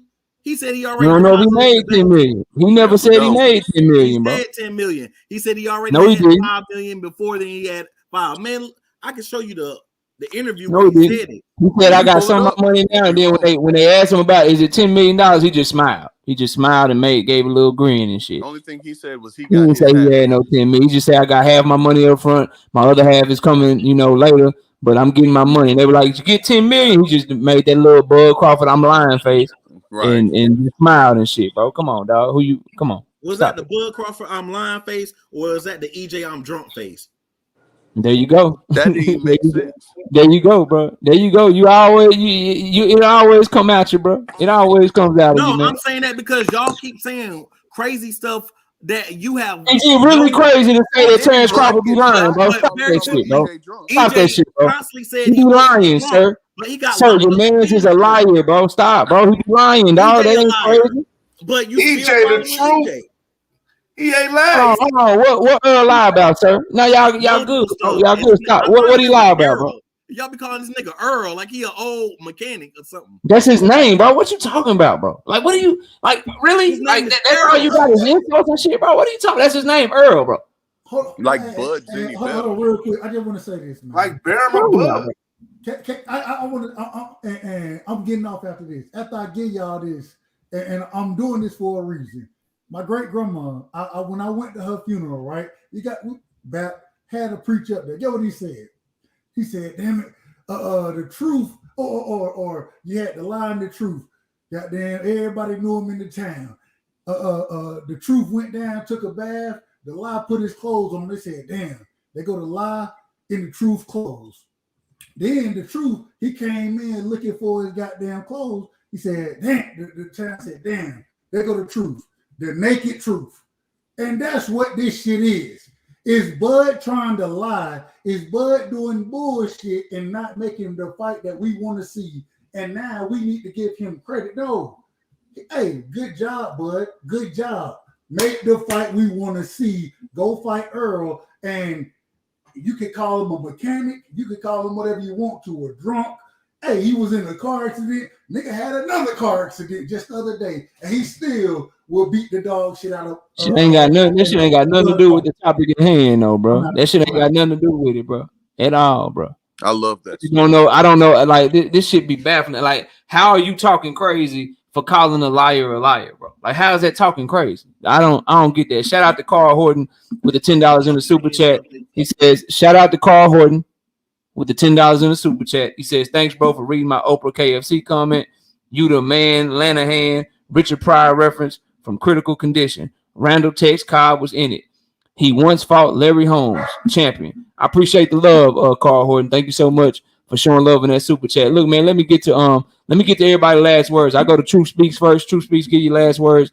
I'll let Sir Senior go last because we want to agree on this shit. So I want to hear what he got to say last. Truth Speaks, go ahead and get your last words in, man. What you got? Man, just everybody do their due diligence with their research before, kind of coming up. I mean, even if you have an opposing opinion, long as it's factually based, we can rock with it, even if we disagree.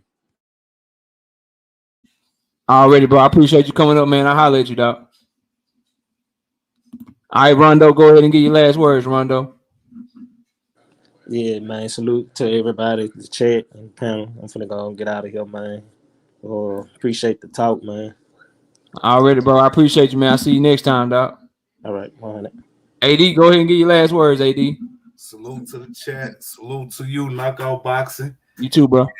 I just want to let them know, you know what I'm saying? Only people that give out stuff is the Barrimer man giving out that bad bud.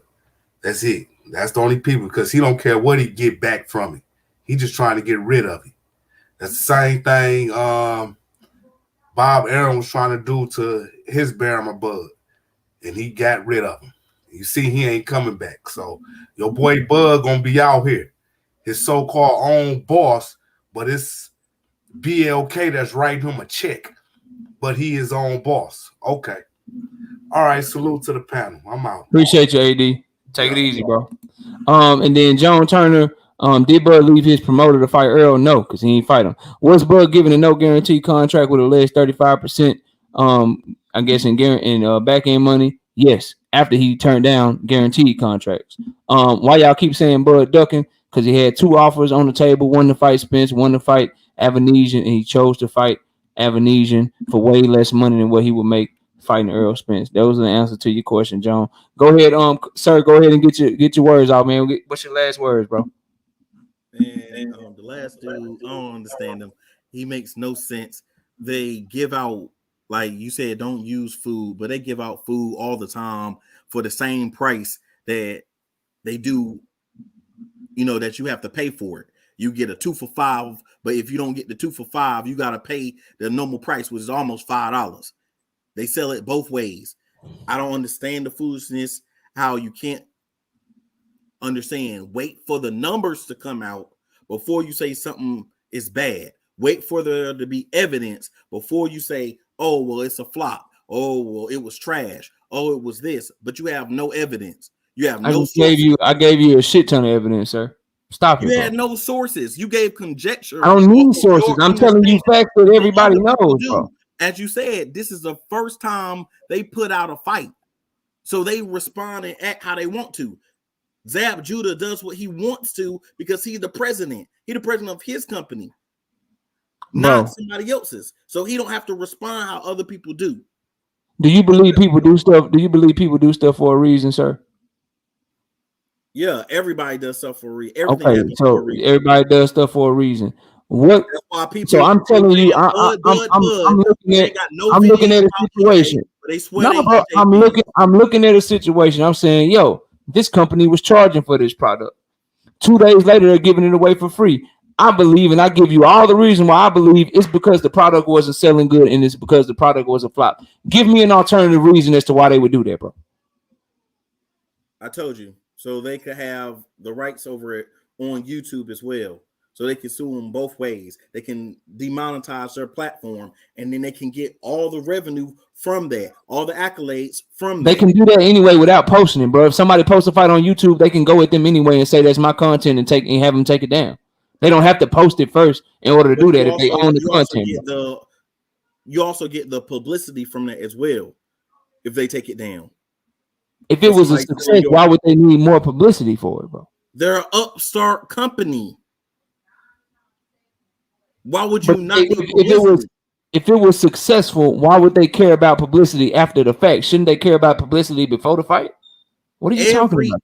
That's not their first card. Don't they got another fight coming up with Adrian Broner in February? People need to buy that fight too. Yes, and now you know, yeah, people need to buy that fight, right? So what are people gonna do? They're gonna be like, shit, y'all put up Bud 2 days later, so I'll just wait. You decrease your chances of selling the shit because they know you gave it away for free so fast, bro. So it hurts that fight too. But you still ain't bro. Give me a reason, bro. Like I'm telling you, they put the shit up 2 days later because the shit was a flop. You don't sell something and then give it away for free all of a sudden. So give me another reason why they would do that, because the shit you saying ain't making no sense. It ain't hidden, bro. They need the money for the ad revenue off of that. So them giving away for free makes them money. It's the same equivalency as I said before of giving a coupon or giving something away for free to make you money on the back end.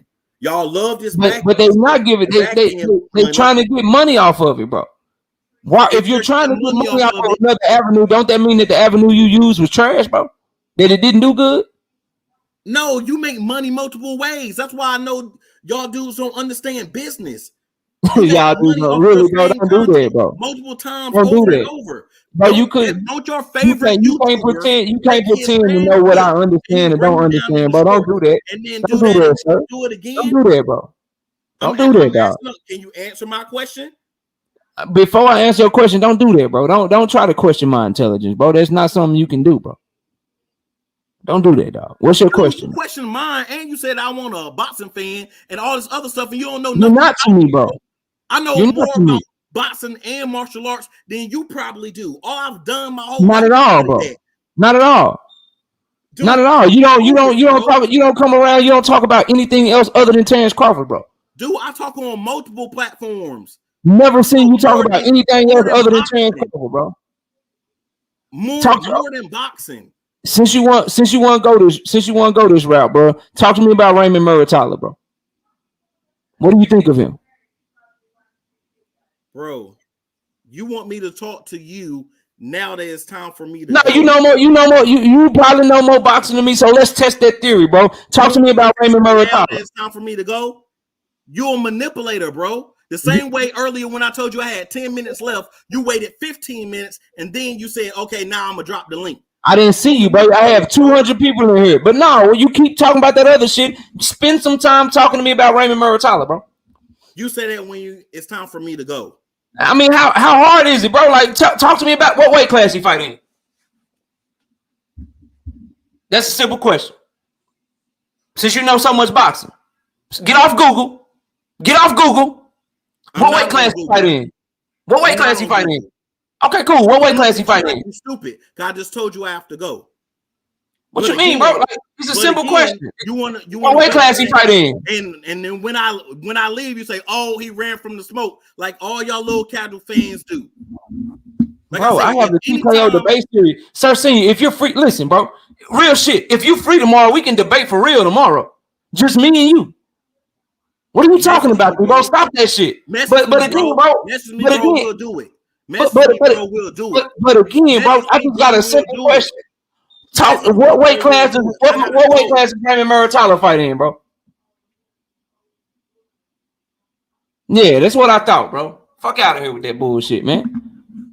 Dude be tripping, bro. Like crazy. And if you want to debate, come back tomorrow, bro. And I don't want to know the topics. I don't want to know none of that shit. Bring whatever topics you want to talk about, because I know your ass still watching. Bring whatever topics you want to talk about. You can pick all three of the questions.